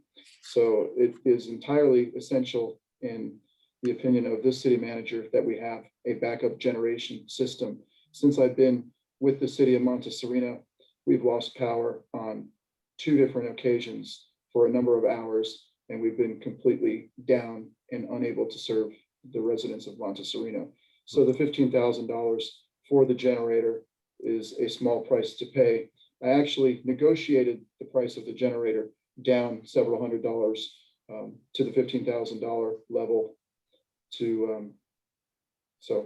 Yeah, no, I'm glad you did that. I think that's an excellent idea to have a backup thing. I was just trying to figure out if this is something or a contract that the city needs to approve, or is it just under your general authority that we've given you? Thank you. And then I guess we've got the usual Burke, Williams, and Sorensen, $15,000 for lawyers' fees. And it says Paget case on it. And also there's another fees later on that also says Paget case for Howard Rome Martin, which is another $4,700. I suppose maybe in closed session, we can discuss those items and see if those are those in numbers increasing or they're consistent every month? Thank you for your question. So I can let Mr. Rudin elaborate on his agreement with the city, as well as the pageant numbers if he is prepared to do so. So with respect to the charges for Howard Rome, that is a separate law firm who is representing Curtis Wright in the appeal with Mr. Paget, and the city has been paying for those costs of defense for the time being. Those costs relate to the ongoing Ninth Circuit appeal that is currently pending. Okay, thank you. And finally, the Tommy van charge for about 4,500 to install parking signs. Again, is that a contract that you have with him, or was that just something that was necessary to get done? And thank you, Mayor Pro Tem. Yes, that activity was performed, I believe, around last October. There were, I believe, 12 no parking signs, including the poles, the concrete being poured, the holes being dug, and the signs being posted on Ridgecrest, in the Ridgecrest neighborhood. This was something that was recommended, I think, by the Better Streets Commission potentially a couple of years back, and it was an outstanding project that the city had not completed. And I went out with Engineer Khan, and we plotted where all the signs were to go. In addition, they installed some object markers as well and repaired a couple other signs. The $4,500 price was a reasonable amount of money. It equated to less than $400 per sign installed, and it also included the extra work that they did, and it was well below the signing authority of the city manager. yeah, no, I appreciate that. I'm glad you're on, you have your hands on that. I'm just trying to figure out, are there written agreements that go with each of these spendings that are done, or is it just they bill you and the invoice is paid? Is there a contract? Because obviously these contractors, they can have liens on the city, and depending on how the contract is written. And so that's all I'm trying to figure out, if there are written agreements on this work that's done before the work is actually done. Yes, thank you. So typically with these small jobs, there are no formal agreements other than estimates and invoices provided. And they fill out I think it's what we call a W-9 form, so they can be taxed accordingly before they are paid. Yeah, so I would suggest, if you're able to do written agreements and contracts, that would be helpful, so that we have, some documentation to support whatever they're going to get paid. Thank you. Those are all the questions I have on the warrants. All right, and so let's go ahead and poll item 5. I had an additional follow-up question to what Mr. Ellahie raised, which is on the issue of building inspections. You mentioned, Mr. Leonardis, CSG is providing roughly 10 hours of service. Is that 10 hours a week or 10 hours a month? And then is Mr. Fator also providing building inspection services, and is that now under Alana Consulting, or is that separate under some sort of building official interim process? Thank you, Mayor, for your question. So I had a conversation with Mr. Fatapor about his role with Monte Sereno prior to my coming on board in Monte Sereno. The previous city manager had spoken with Mr. Fatapor and made an arrangement for him to perform the plan checking, as well as take over, I believe, some of the responsibilities of the former, what was called building official, Rob Quiero. And somebody printed a business card with the title interim building official on it at the time and gave it to Mr. Fatapor. Mr. Fatapor performs plan check services, and he doesn't have the credentials to perform all of the building inspections that are necessary for the city. So the functions that he cannot perform are covered by CSG, the building inspector that we hired on a contract basis. And that person has also been commissioned by the previous city manager.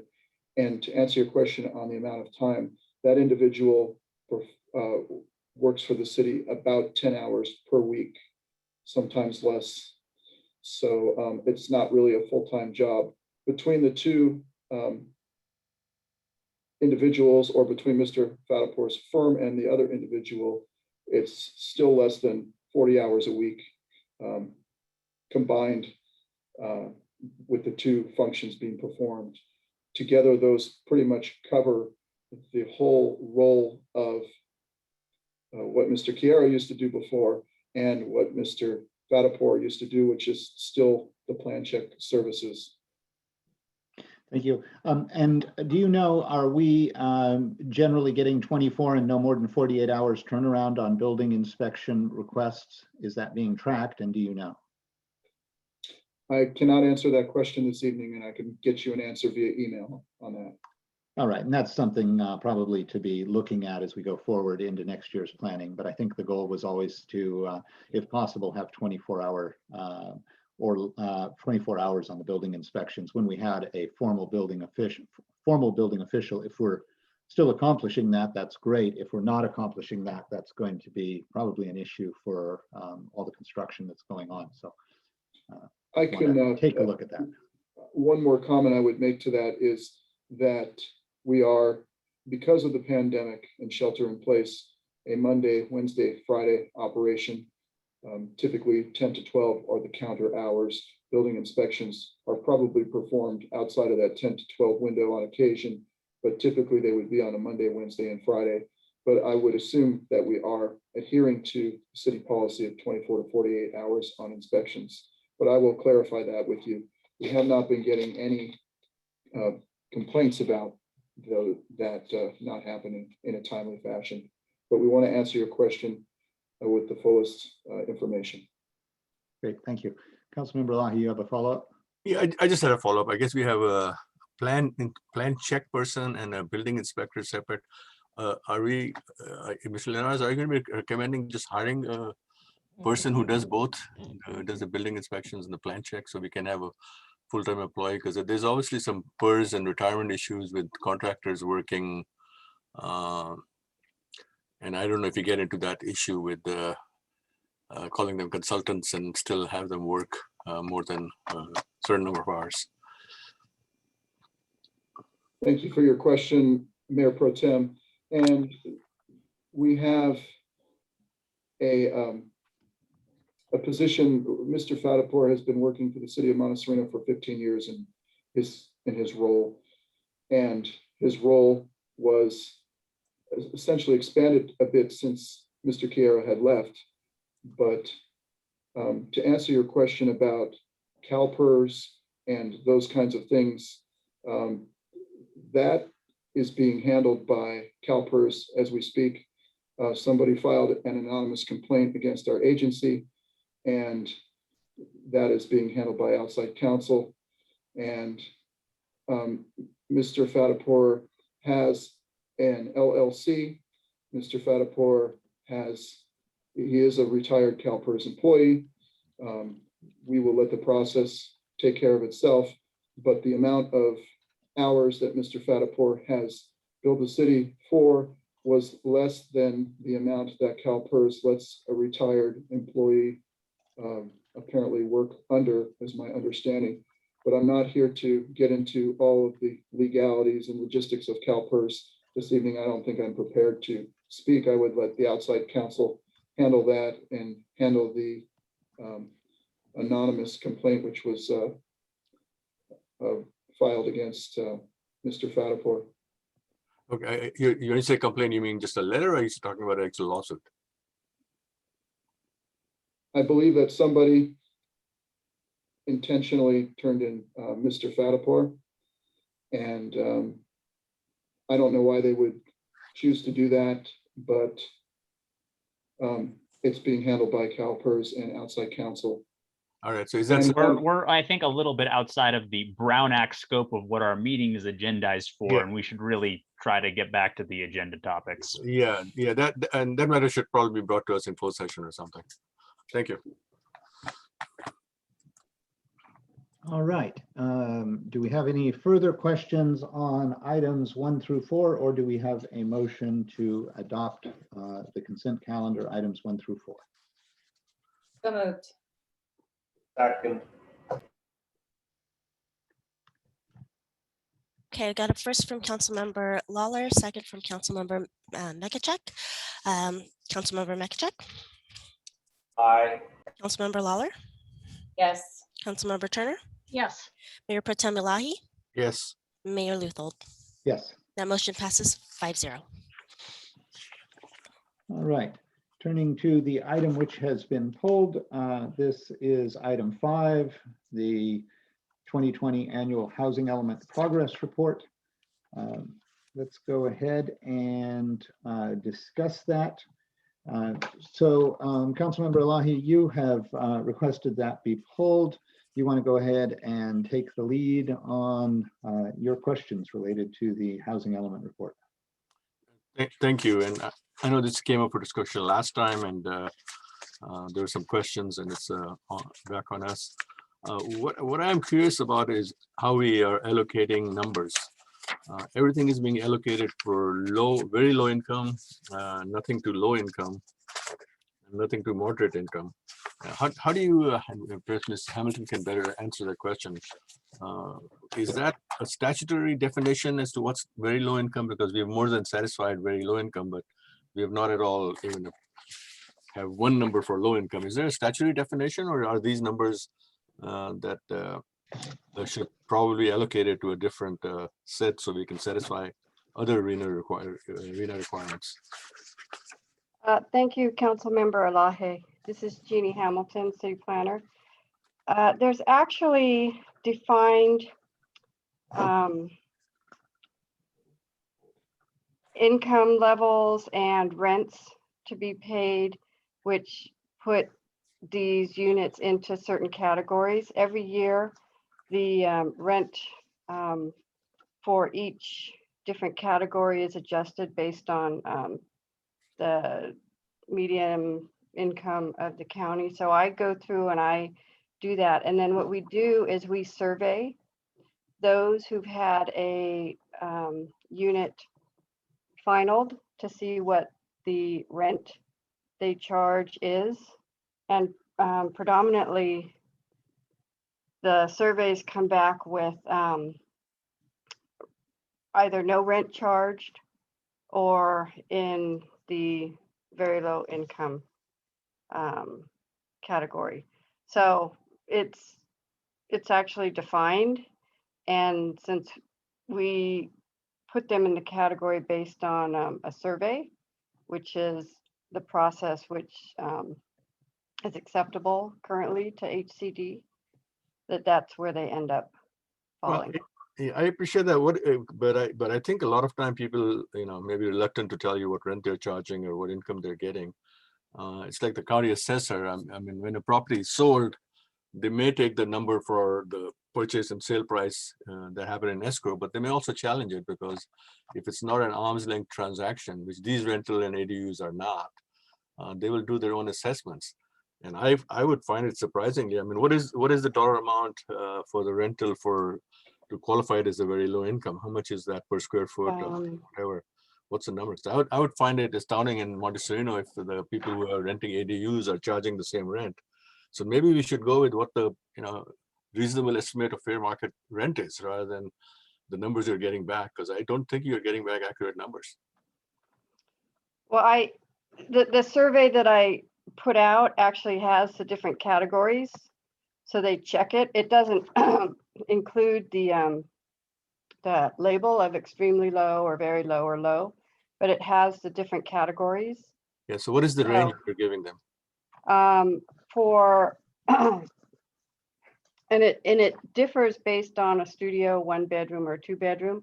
So I send the survey based on the specific categories of the ADU that they have. Like if they had a 1 bedroom, I would send the survey with the 1 bedroom numbers. So for example, for 1 bedroom, extremely low is $948 a month.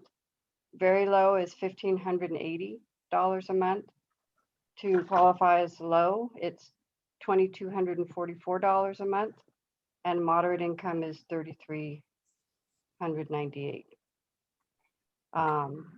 So we don't have an extremely low category, right? It's just a very low category. It's extremely low is for a 1-bedroom is 948. Okay. Very low is 1,588. Low is 2,244. So it's extremely low, very low, low, and moderate. So and these numbers are based on what, Santa Clara County numbers or Monte Sereno numbers? It's based on Santa Clara County. So Santa Clara, So it's 1,500. not adjusted for Monte Sereno. So every year we use the median incomes from Santa Clara County that HCD puts out in April of the year that we're reporting for.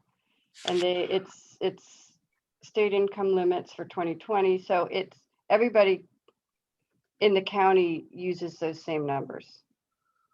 Yeah, I understand that. I'm just trying to look at it in Monte Sereno, whether 1-bedroom would go for 1,580 or would it go for more than that. So for it to go into a low category, you'd have to have at least 1,580 income or above 950 in income. No, that's the rent that is. Yeah, I'm talking about rent. So very low, 50% of medium income is 63,200. That's the income for the. Very low, which is 50% of the median. I understand that, but you're basing it on the rental income that unit will generate, right? Or are you basing it on the income of the individual who's living there? Income of the individual. That's how the incomes are determined. That's how the income categories and the rental categories are determined. Okay, now I'm getting lost. So yeah, the report to HCD is basically to report the actual rental price that is being collected for those units, so that the HCD can determine whether or not the city is fulfilling affordability requirements. So staff put that together based on a survey of what actual rent is being charged and have to report that to HCD. yeah, So it's not based on a theoretical amount that the unit could garner. It's how much the unit's actually being rented for. yes. What I'm suggesting is the actual numbers that we're getting may not be accurate, because Monte Sereno, the actual rental rate you should be getting is more than what the Santa Clara County averages are. So if there's some way of trying to figure out what the actual rental rate is, because individuals may not be disclosing the rental they're getting, or they may be just renting it to their relatives and not charging any rent. But that doesn't mean it's not it's not providing a rental unit to somebody. So can we look at it and try to determine what a fair rental would be in Monte Sereno and base it on that? But that would not help the city out, because then nothing would qualify. So like Mr. Rudin said, this is what's actually being done. So although somebody might have a 1-bedroom ADU that in theory could rent for $3,200 a month, the fact that they are either renting it to somebody for much less than that or not charging any rent at all, that's what we report to HCD. That it is being available at a low or very low income category. Yeah, and so that's really what I'm trying to address is, are we absolutely required to base it on actual numbers, or should we do it based on what the valuations are and what a fair rental would be for that place? Well, I think we're better off basing it on actual numbers. Otherwise, this community, I don't think, could report any low or very low units. Well, if you go by fair rental, why wouldn't you be able to do it? If you say the fair rental is 3,000 and the actual based on what you're collecting, then everything would be moderate or above moderate. So well, we wouldn't get credit for any low, very low, or extremely low units. Yeah, but there's 1-bedroom and there's 2 bedrooms. So the first question is whether you can do it or not. If you can't do it, then this debate is academic. The second question is, if you can do it, there's 1-bedroom and there's 2 bedrooms. So you may still get some very low, but we may be able to fulfill our low number requirements, which right now we have 0. Yeah, and it may, as this goes on, it might be putting out, as more people actually bring ADUs onto their properties, there may be a broader use of them than just maybe a nanny or an in-law or a older child or whatever. So they may be true rentals as opposed to used for extended family or things like that. I mean, that's what I'm finding through the surveys, that a lot of them are really using them for family purposes. So they're not getting any rent. So in that case, in theory, it's, and that's a problem I'm having, because they are actually units that are providing a space, which is what the whole purpose of these ADU thing is. So my question to Attorney Rudin is, can we do it that way, where we look at the fair rental value rather than what the numbers we get out of it, or would that not be appropriate for HCD purposes? I think HCD mandates exactly how numbers are reported and calculated. So short, no. Okay. All right. Thank you. Let me just add a comment there, Mr. Ellahie. I think the bigger issue is really to get HCD to recognize that a lower category is a good thing. If we've provided housing to even a senior member of the household at low or no rent, and we've exceeded our very low income categories, that should satisfy the next higher levels along the way in terms of HCD. So we're not seen as underperforming in those categories. If we've got lots of very low, isn't that better than some moderate housing? So it's really a question of how HCD looks at these in the long term in terms of our compliance. And if they're giving us a hard time about not a lot of moderate housing, then we need to get them to change how they do things at their end, not how we do things at our end, because we don't have much flexibility. Well, that's an excellent point, and maybe whatever report you send them, maybe that should be accompanied by one of those letters saying that that's what we're doing. Councilmember Turner. Yes, I just wanted to say that the very low and the low income level are dictated by HCD. HCD will sit down with our planner to determine whether we're meeting the requirements, and we have requirements at the very low income, and this will change also for 2023. So for 2023, we're looking at 50 very low income, very, very low income, and 79 for moderate income. Well, our numbers are up to 192. So the numbers here are not fair market value. It's really dictated by HCD. Yep. Okay, any further questions on this, or do we have a motion to adopt the progress report and send it on its way?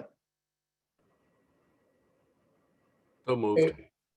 Mayor, I think you might have to call to see if any members of the public wanted to speak on this item. Mr. Rudin, do we need to do that when we pull a matter for further discussion from the consent calendar? No, as long as the public had an opportunity to comment on this item when the public comment period for the consent calendar was open, which I think they did. Yes, I believe so. If we do have any members of the public who wish to comment on this particular item, let's go ahead and give you a few seconds to raise your hand. And it does appear we have Ms. Hamilton's hand up still, but if you don't have any further comments, then let's see. Ms. Hamilton, did you want to speak further on this? no, I'm sorry. That was for them to make me promote me, sorry. No worries, just making sure we've got everybody covered. So seeing no further hands up, then we are doubly sure that we have met the public comment requirements for this. So let's go ahead and move. The motion then. So I got a first from Mayor Pro Tem Ellahie with a second from Councilmember Mekechuk. Is that correct? That'll work. Okay. Councilmember Turner? Yes. Councilmember Lawler? Yes. Councilmember Mekechuk? Aye. Mayor Pro Tem Ellahie? Aye. Mayor Leuthold? Yes. And that motion passes 5-0. All right, let's go ahead and move to the first public hearing this evening. This is consideration of the dissolution of the Rose Andrews Lighting Assessment District. And do we have a staff report on this?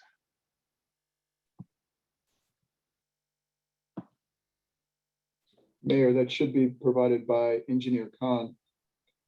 We can find her. All right, not sure if we've seen her recently. We are Is getting she her here? queued up. Yes. Okay.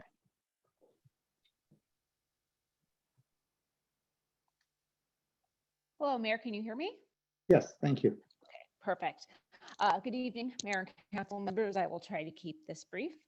In June 1980, the city established the Rose Andrews Lighting Assessment District, which consisted of the construction and service cost of 5 street lights serving 82 properties in the Rose Andrews neighborhood. In August of 2020, staff presented a fiscal analysis of this lighting district. The district collected since the 80s approximately $1,500 a year, and the cost of administrating the districts had rose to about $6,300 per year. Rather than maintaining or increasing the assessment, the council opted to dissolve the assessment district and pay the service costs, which amount to about $400 per year in perpetuity.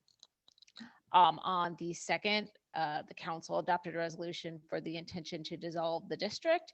And this public hearing this evening is to finish that process. And I can answer any questions you may have.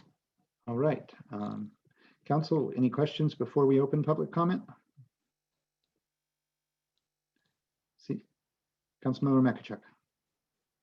Yes. If we dissolve this, is it dissolved forever or could it ever come back? So we would have to do the process all over again to reestablish the district. So once it's gone, this district is gone forever. And there would have to be a vote of all of the assessed properties to get it to come back. All right, any further questions? Seeing none, let's go ahead and open this to public comment. If we have any members of the public wishing to speak on this matter, please raise your hand.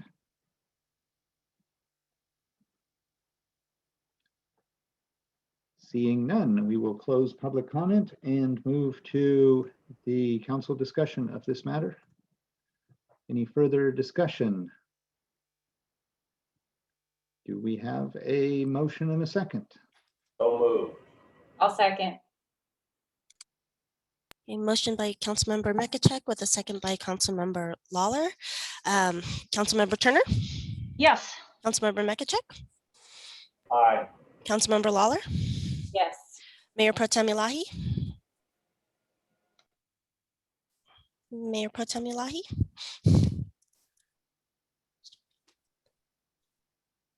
Looks like he stepped away for a Okay. second. and Mayor Leuthold. Yes. And that motion passes 4-0 with, I guess, a 1 absent. Yes. Thank you. All right, thank you. Moving now to unfinished business, we have a letter to the California Public Utilities Commission objecting to San Jose Water Company's general rate increase. And Mr. Leonardis, do we have a staff report on that? Yes, thank you, Mayor. Just a brief introduction of this item. Council desired in a previous meeting to object to the proposed increases by the San Jose Water Company. And I went and drafted a letter according to council's direction, which you have before you this evening. If you would like to amend it or change it, please, that can come from a discussion, I suppose. I tried to incorporate into the letter the essence of Monte Sereno seniors. About 30% of our city's population are on fixed incomes, and to receive a 21% increase would be potentially a hardship for those seniors, as well as in the past when Monte Sereno residents conserved water and then they were subsequently charged for their conservation efforts. I included those 2 points which were specific to our community, as well as points which were issued in previous rate contests by Mr. Rishi Kumar from his success in the past drafting letters. And that concludes the verbal report. I'm open for questions. All right, any questions before we open to public comment and then full council discussion? Seeing none, let's go ahead and open public comment on this matter. If we have any members of the public wishing to speak on the issue of the letter to the California PUC, please raise your hand to be recognized.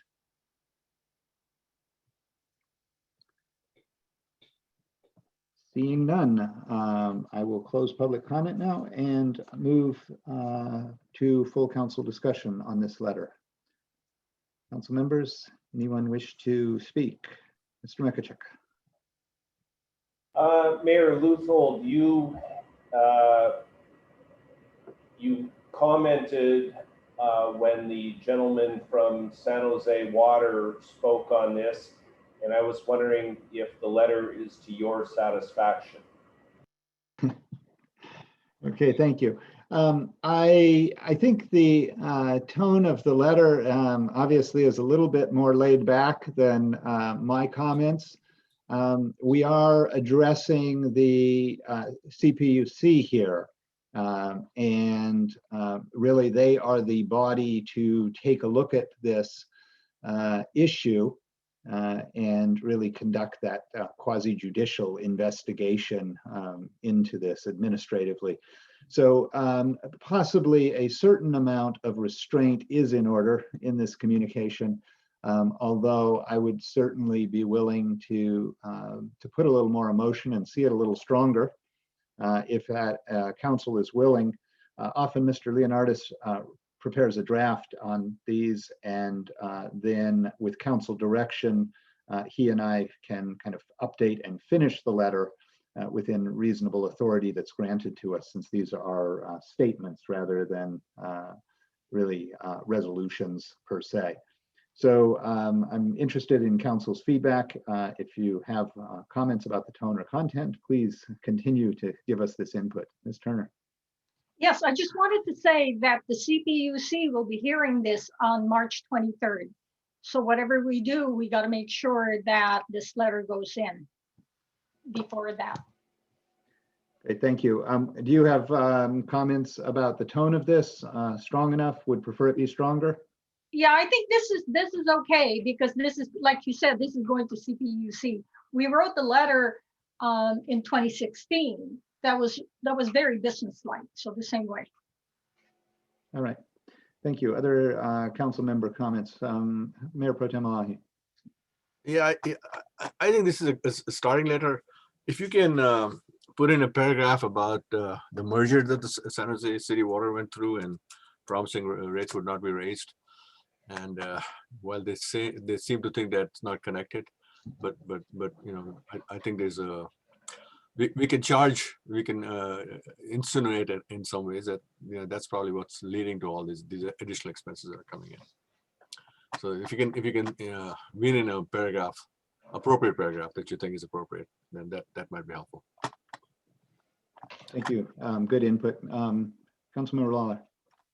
I agree. I like the letter. I think it strikes the right tone. It's got the right information, and I think that that Mayor Pro Tem Ellahie makes a good point that perhaps we can add that as well. Thank you. Great, thank you. Yeah, good input. I like the comment, and I know Mr. Leonardis is taking notes about the merger and the promise of lower rates. That was very much one of my comments. And I see your hand, Mr. Mekechuk. We'll come back in a second. One other comment that I think kind of segues well with that is that it looks like San Jose Water is coming in with these extreme requests and then expecting to back down to some percentage of that. And this time they've really pumped the extreme. I think it was in the 30s, or at least mid or high 20s. I believe we received something from their PR shill saying that they have reduced that amount, thank you very much, to some slightly smaller amount that they're now taking to the CPUC. Still outrageous. So I think we need to call them out on coming in with a ridiculously high number and doing us a favor of just a ridiculous number being the compromise solution.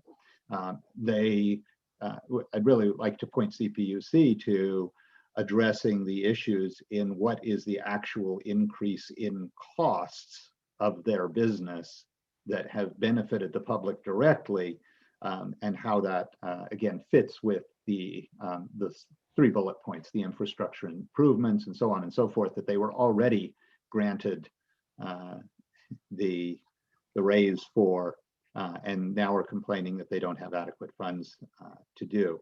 So I think calling them out for an overeager ask and then a compromise is not appropriate. And I guess we kind of conclude that with CPUC. CPUC should build this from the bottom up, not from a position of compromise.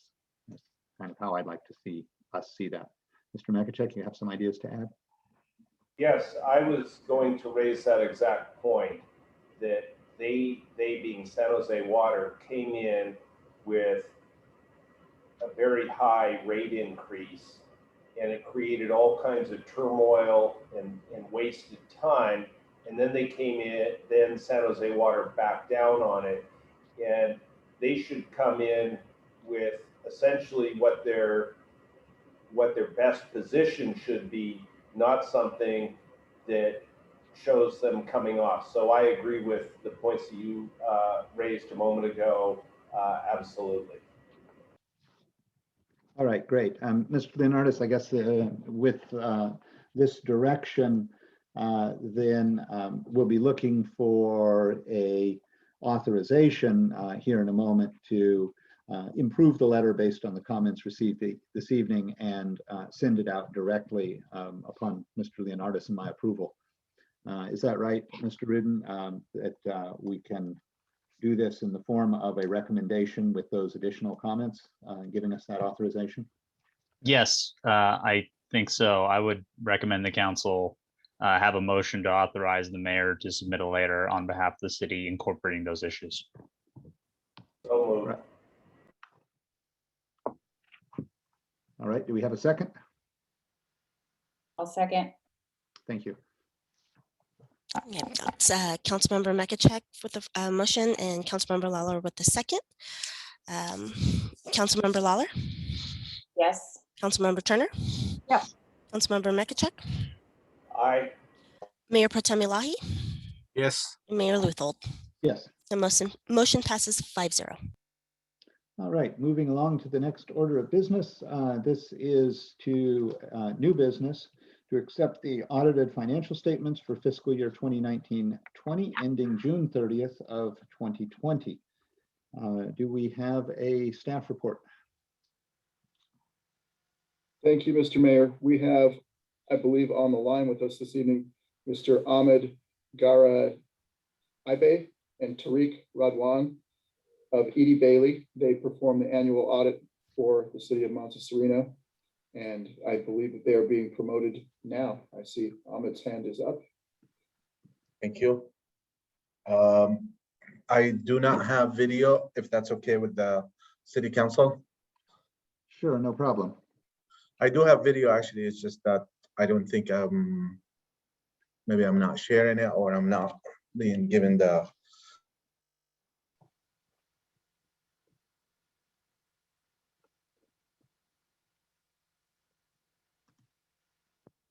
okay. Perfect. Thank you. Great. Good evening. My name is Ahmad Garaibe. I am the partner in charge of the audit of the city. This is the annual financial report for the city. The scope of the audit is to ensure that the financial statements are fairly stated. It is a process that we start out at the beginning of the year, in which we look at your internal controls. We plan the audit and look at the internal controls. We meet with city staff. And then upon closing the financial statements and closing the trial balance, it is a process of confirmation. We confirm the balances are reported on these financial statements. We assist the city in drafting these financial statements, and at the end of the audit, we issue an opinion as to whether these financial statements are fairly stated or not. I'm pleased to let you know that even though with the shutdown and COVID, we were able to complete the audit on time. City management has been very cooperative in providing the information that we needed in electronic format. We also issued a clean opinion on these financial statements, and we had no adjustments actually to the financial statements. City staff has been very cooperative in giving us the information that we needed in order for us to complete the audit. Just quick highlights of the financial statements, and I want to see here if I can share my screen. And it says here that this will stop other screen sharing. Do you want to continue? May I share my screen? Yes, Or- go ahead. All right, thank you. Perfect. So these are the financial statements. It starts out with the management discussion and analysis. Starts out actually with the opinion on the financial statements, and then the management discussion and analysis. An overall financial position of the city can be viewed on page 7. I guess the most significant numbers in there obviously is cash and investments, and you will see in there some pension and OPEB liabilities. Those are the larger numbers in common with other governments as well. And then what we do later on, we present the fund financial statements of the city. You do have the general fund, which is the main operating fund, and it shows how much fund balance there is in it. And this is the result of operations of the various funds within the city, total revenues, total expenses, and the net change in fund balance. Relatively, it remained the same. There's no significant changes between the current year and the prior year. Notes to the financial statements, they explain the various numbers that are reported on these financial statements. Your cash is with the county, so we confirmed that.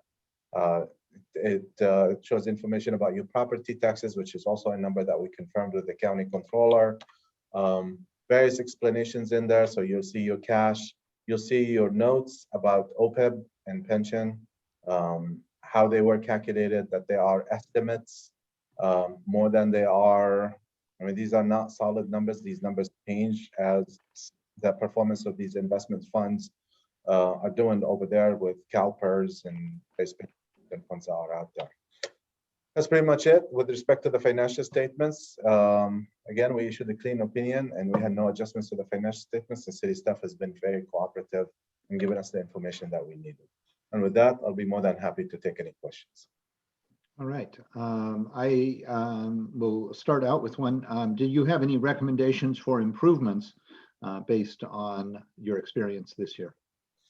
We did look at the internal controls and we did look at segregations in there, and we provided some recommendations specifically with respect to segregation. So the way that we look at controls, we like to see a separation between the asset and the record, and we like to see review processes. Those review processes were there in the city, but we did have a couple of recommendations provided to the city with respect to segregation. It is a smaller city. You don't have hundreds of employees over here, obviously. But again, we don't want to disrupt your business, and we discussed that with management, and management was more than happy to proceed with the implementation. Great, thank you. Any other questions?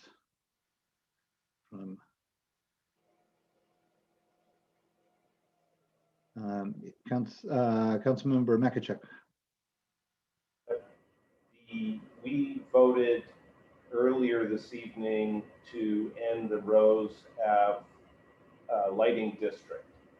So what's going to happen to that next year? And would you do a part year financial statement on that, or is that just going to go away? The lighting district is included in the financial statements if it has any numbers. I don't think that there are any numbers. There's no cash or receivables or anything like that. And therefore, it falls below our materiality, and it's not something that we would confirm because obviously it doesn't have anything in there. And the solution is in common with many of those special assessment districts. It just happens on an everyday basis. So it will not impact your audited financial statements in any shape or form. Additionally, if I can also assist with that answer, the dissolution is actually effective upon the close of this fiscal year. So it'll go into effect at the beginning of the next fiscal year to avoid any sort of issues related to that. The Streets and Highways Code provides that upon dissolution, the assets will basically transfer to the city's general fund. So. Great, thank you. Mayor Pro Tem Ellahie, you had questions? Yeah, thank you. I had a little hard time wading through the financials. I mean, I have you provided us with obviously I'm not an accountant, so I would have a hard time. But you provided us with financial statements, and then there was a supplementary financial statement. Then there was a required financial statement, and then I had another thick packet of financial statement which looked like a duplicate. So these were almost like from page 47 to page 160 or something. There's like 120 pages worth of financial statements. I suspect a couple of them are just duplicates of each other, and I'm sure you don't have them, so you probably can answer their question. What and the other question I had, if you do have a finance administration ad hoc committee, I don't know if you have a chance to take a look at these audit, because it might be helpful. I mean, this would be one of your roles, is to take a look at these audited statements and do a deeper dive in those numbers, because obviously 150 pages worth of a report, and I don't think it was intended to be 120 pages. Would be difficult for us to go through with non-accounting background. So first question is, did the finance ad hoc committee have a chance to look at this at all? Is this something they would like to do before we approve these? Yeah, Brian, please. Mekechuk. The short answer is no. And the reason is that these financial statements were for June 30th, 2020. So the ad hoc finance committee will be discussing these prior to June 30, 2021. And as Garesh noted earlier, I'm the chair of the audit committee for Silicon Valley Clean Energy, and I would like the ad hoc finance committee to have a conversation with the independent auditors and fulfill that type of a role. And Ahmed, I see you're nodding your head. Do you want to speak about that with your experience with other cities? Yeah, I think it is good. We do it with the other cities, in which we meet with an audit committee or a finance committee at the beginning of the audit. And what we do is we discuss the scope of the audit, and then the finance committee would have a chance to update us on, significant events. It is the city of Monte Sereno, so it's not like the city of San Jose where there's a lot going on over there.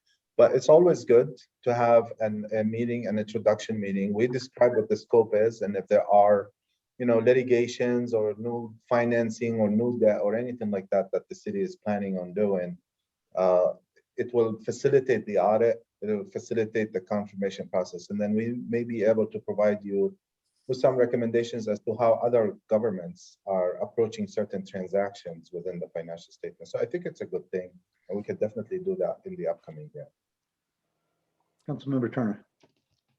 Yes, I think we had a conversation with him with the previous ad hoc committee that I was on, and we were actually we were more focused on OPEB and what to do about OPEB, because our OPEB numbers were getting pretty high. Right. Thank you. Any other questions? Otherwise, we'll go ahead and open for public comment and take care of that. Yeah, just one final one. I mean, this is 120 pages. Are there duplicates in these reports that were given to us? Yeah, so I mean, there is a government accounting standards board, and you are required to issue these financial statements in accordance with the government accounting standards board. That's a government code that requires you to get the audit in accordance with these standards. And therefore, the information is expanded. So you'll see, just like you mentioned at the end of the audit, there's some duplication. There's actually an expansion of a number that is already mentioned in the financial statement. So for example, when you have a column here that says non-major funds, those are broken down towards the end of the audit report that shows what these numbers, and that's why you see these duplications at the end of the audit, but they're expanded on these numbers. And the reason that you see this is it's a requirement by the government accounting standards board. As an example here, the total non-major funds Initially, they said the smaller funds should be aggregated into one column, but towards the end of the audit report, we expand them because the city council is interested in seeing that information. At the end of the audit report, you'll see 10-year trend data with respect to OPEB and pension. Although we audit 1 year, but we present, or the city present, 10-year data. Obviously, you don't have 10 years because the pension standards have been around for about 6 or 7 now. And that's why you see some of the duplication. These numbers are already on the financial statements. These are trends that will show you what's happening in there. And all of that stuff is coming up because of the government accounting standards boards, and they keep issuing standards. There are a couple of big standards that are upcoming in the next couple of years. I'm not sure if they're going to impact the city, but it's just an evolving process, and that's why this report used to be much smaller, and now it's a lot bigger because of the accounting and reporting requirements. It's just an expansion on that data that you see in the initial balance sheet of these financial statements. Great. Thank you for that explanation. Did you consider the litigation that Monte Sereno has? Is that in the notes in here somewhere? Yeah, we confirmed that with the attorney. And that at the end of the day, it's the contingency and the impact on the financial statements. And as it stands right now, we determined that everything is either covered by insurance or cannot be determined. What the outcome cannot be solidified or determined. And therefore, we just had a note somewhere in these financial statements that the city is subject to, contingencies out there. But is there anything reflected in the financial statements? Per the attorney confirmations that we received, we didn't think that there should be anything that should be reported in the financial statements. All right. Thank you very much. All right, thank you. If there are no further questions, let's go ahead and open this for public comment. If there are any members of the public wishing to address this issue, please raise your hand now. Seeing none, we will close public comment and move to council member discussion and or a motion to accept the audited financial statements. Any discussion? Do we have a motion to accept the audited financial statements? So moved. Second. Okay, first by Councilmember Lawler and the second by Councilmember Turner. Councilmember Mekechuk? Aye. Councilmember Turner? Yes. Councilmember Lawler? Yes. Mayor Pro Tem Ellahie?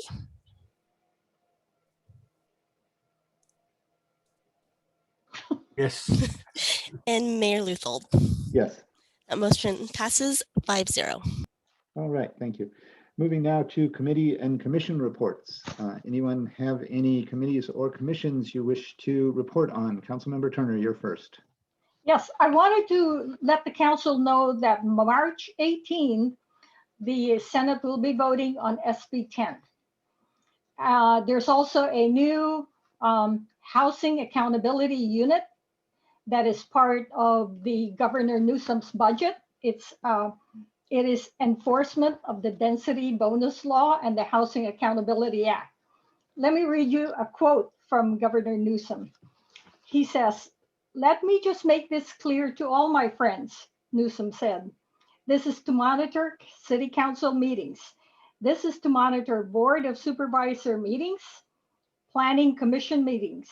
We're not going to wait for an article to be written to be proactive in terms of holding local government accountable to increasing housing production."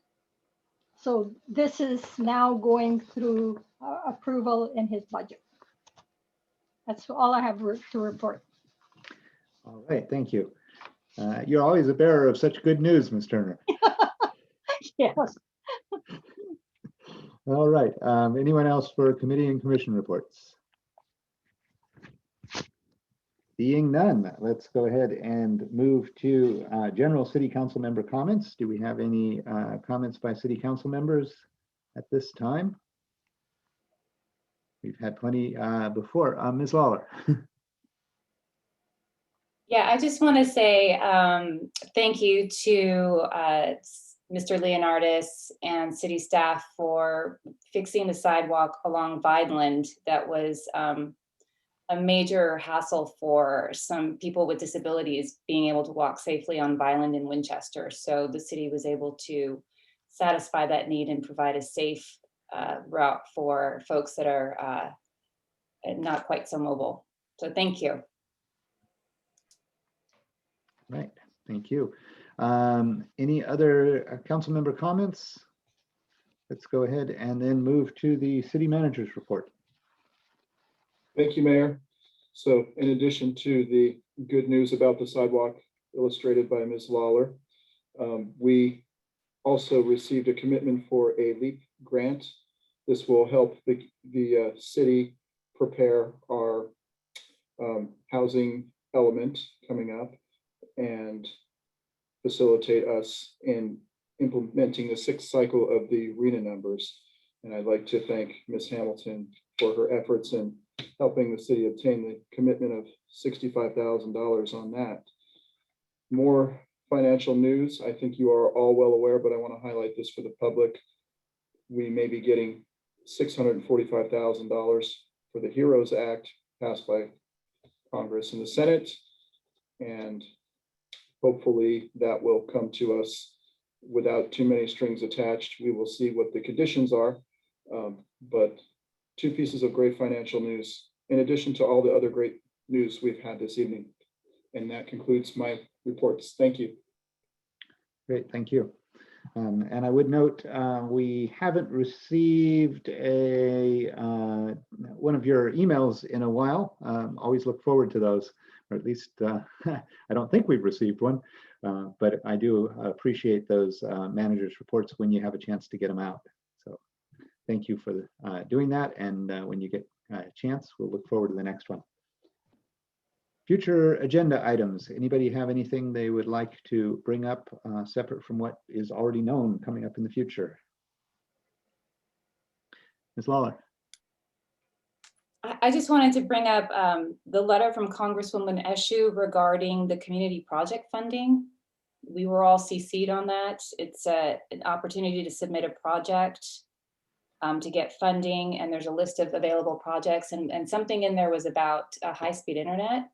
So I didn't know if we wanted to have a discussion about improving internet access in some areas of our neighborhood that are having difficulty with that. I think that would be a good item to put on the next agenda, to go through that and see what, and Mr. Leonardis can also look at it and see what possible items can be pursued on behalf of the city. Because it's a pretty broad list. There's a lot of things you can accomplish in that. That sounds good. And additionally, if Mr. Leonardis, you can follow up on the HEROES Act funding. I know that it's kind of come and gone, whether at some times, whether that was just going to be money that was going to be available for the cities, or whether it was going to have, whether it was for past expenses incurred in PPE or these kinds of things. So if you can follow up on that and continue to watch if there's opportunities where we can access that money and continue to improve things for the city, especially as we get to work on on the new chambers project. Yeah, I think there's going to be a lot of money that's just sloshing around. I think the money that was approved previously hasn't been fully used yet, so a good time to pounce on it and get ahead of the line. Yeah, sounds good. So yeah, so let's look for NSU's options as well as other options if we can get that on the agenda so that we can help with the discussion and direction. And if we need more staff or ad hoc committees, whatever we can do to make things work better. All right, Ms. Lawler. Sorry, just time might be of the essence on that one. So you might want to take a look and see if there's a deadline. Yeah, so Mr. Leonardis, if you can check those deadlines and probably bring it back on the next meeting for us. Also, Kathy Smith had an idea on private patrols. I guess we should schedule that also at some point to see if that helps. Because our city is small enough where you could almost hire a couple of people driving around. So maybe we should discuss that more seriously.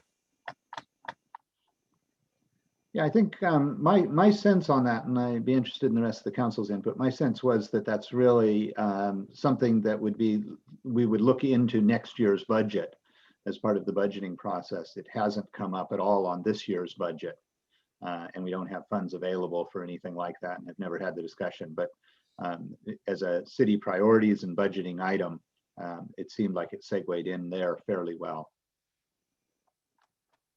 I see Ms. Turner nodding. Ms. Lawler. So yeah, unless Mr. Ellahie, you think there's a specific urgency and priority to try to bring that up ahead and then try to figure out what we should be doing and how we should be getting started and all with higher priority than the general budget process. Yeah, I think we may need to give it a high priority. Maybe I'm getting scared with reading all the next door neighborhood items where it looks like there's a, it's raining cats and dogs in a sense with what's going on in the neighborhood. And I'm surprised that the Gatos-Monte Sereno police does not want to look at next door. I mean, they could make it part of their process, I guess, their third process, or somebody else, and appoint people who can specifically direct them to that. So Yeah, it doesn't have to be next week, but I would suggest we move it up a little bit and see what's going on and address that issue. And it may not be a huge issue as far as budgeting is concerned. Yeah, I guess it could be part of the community funding and all this grants we are getting. It may be another project that we could wean into that. Yeah, and in terms of public security generally, Mr. Leonardis, maybe you can look and see if there is somewhere in the near future that we could tuck in an overall public security agenda item and a general discussion. I know there were comments that posting signs at the entrances to cities saying that they're under video surveillance, whether it's true or not, signs are cheap.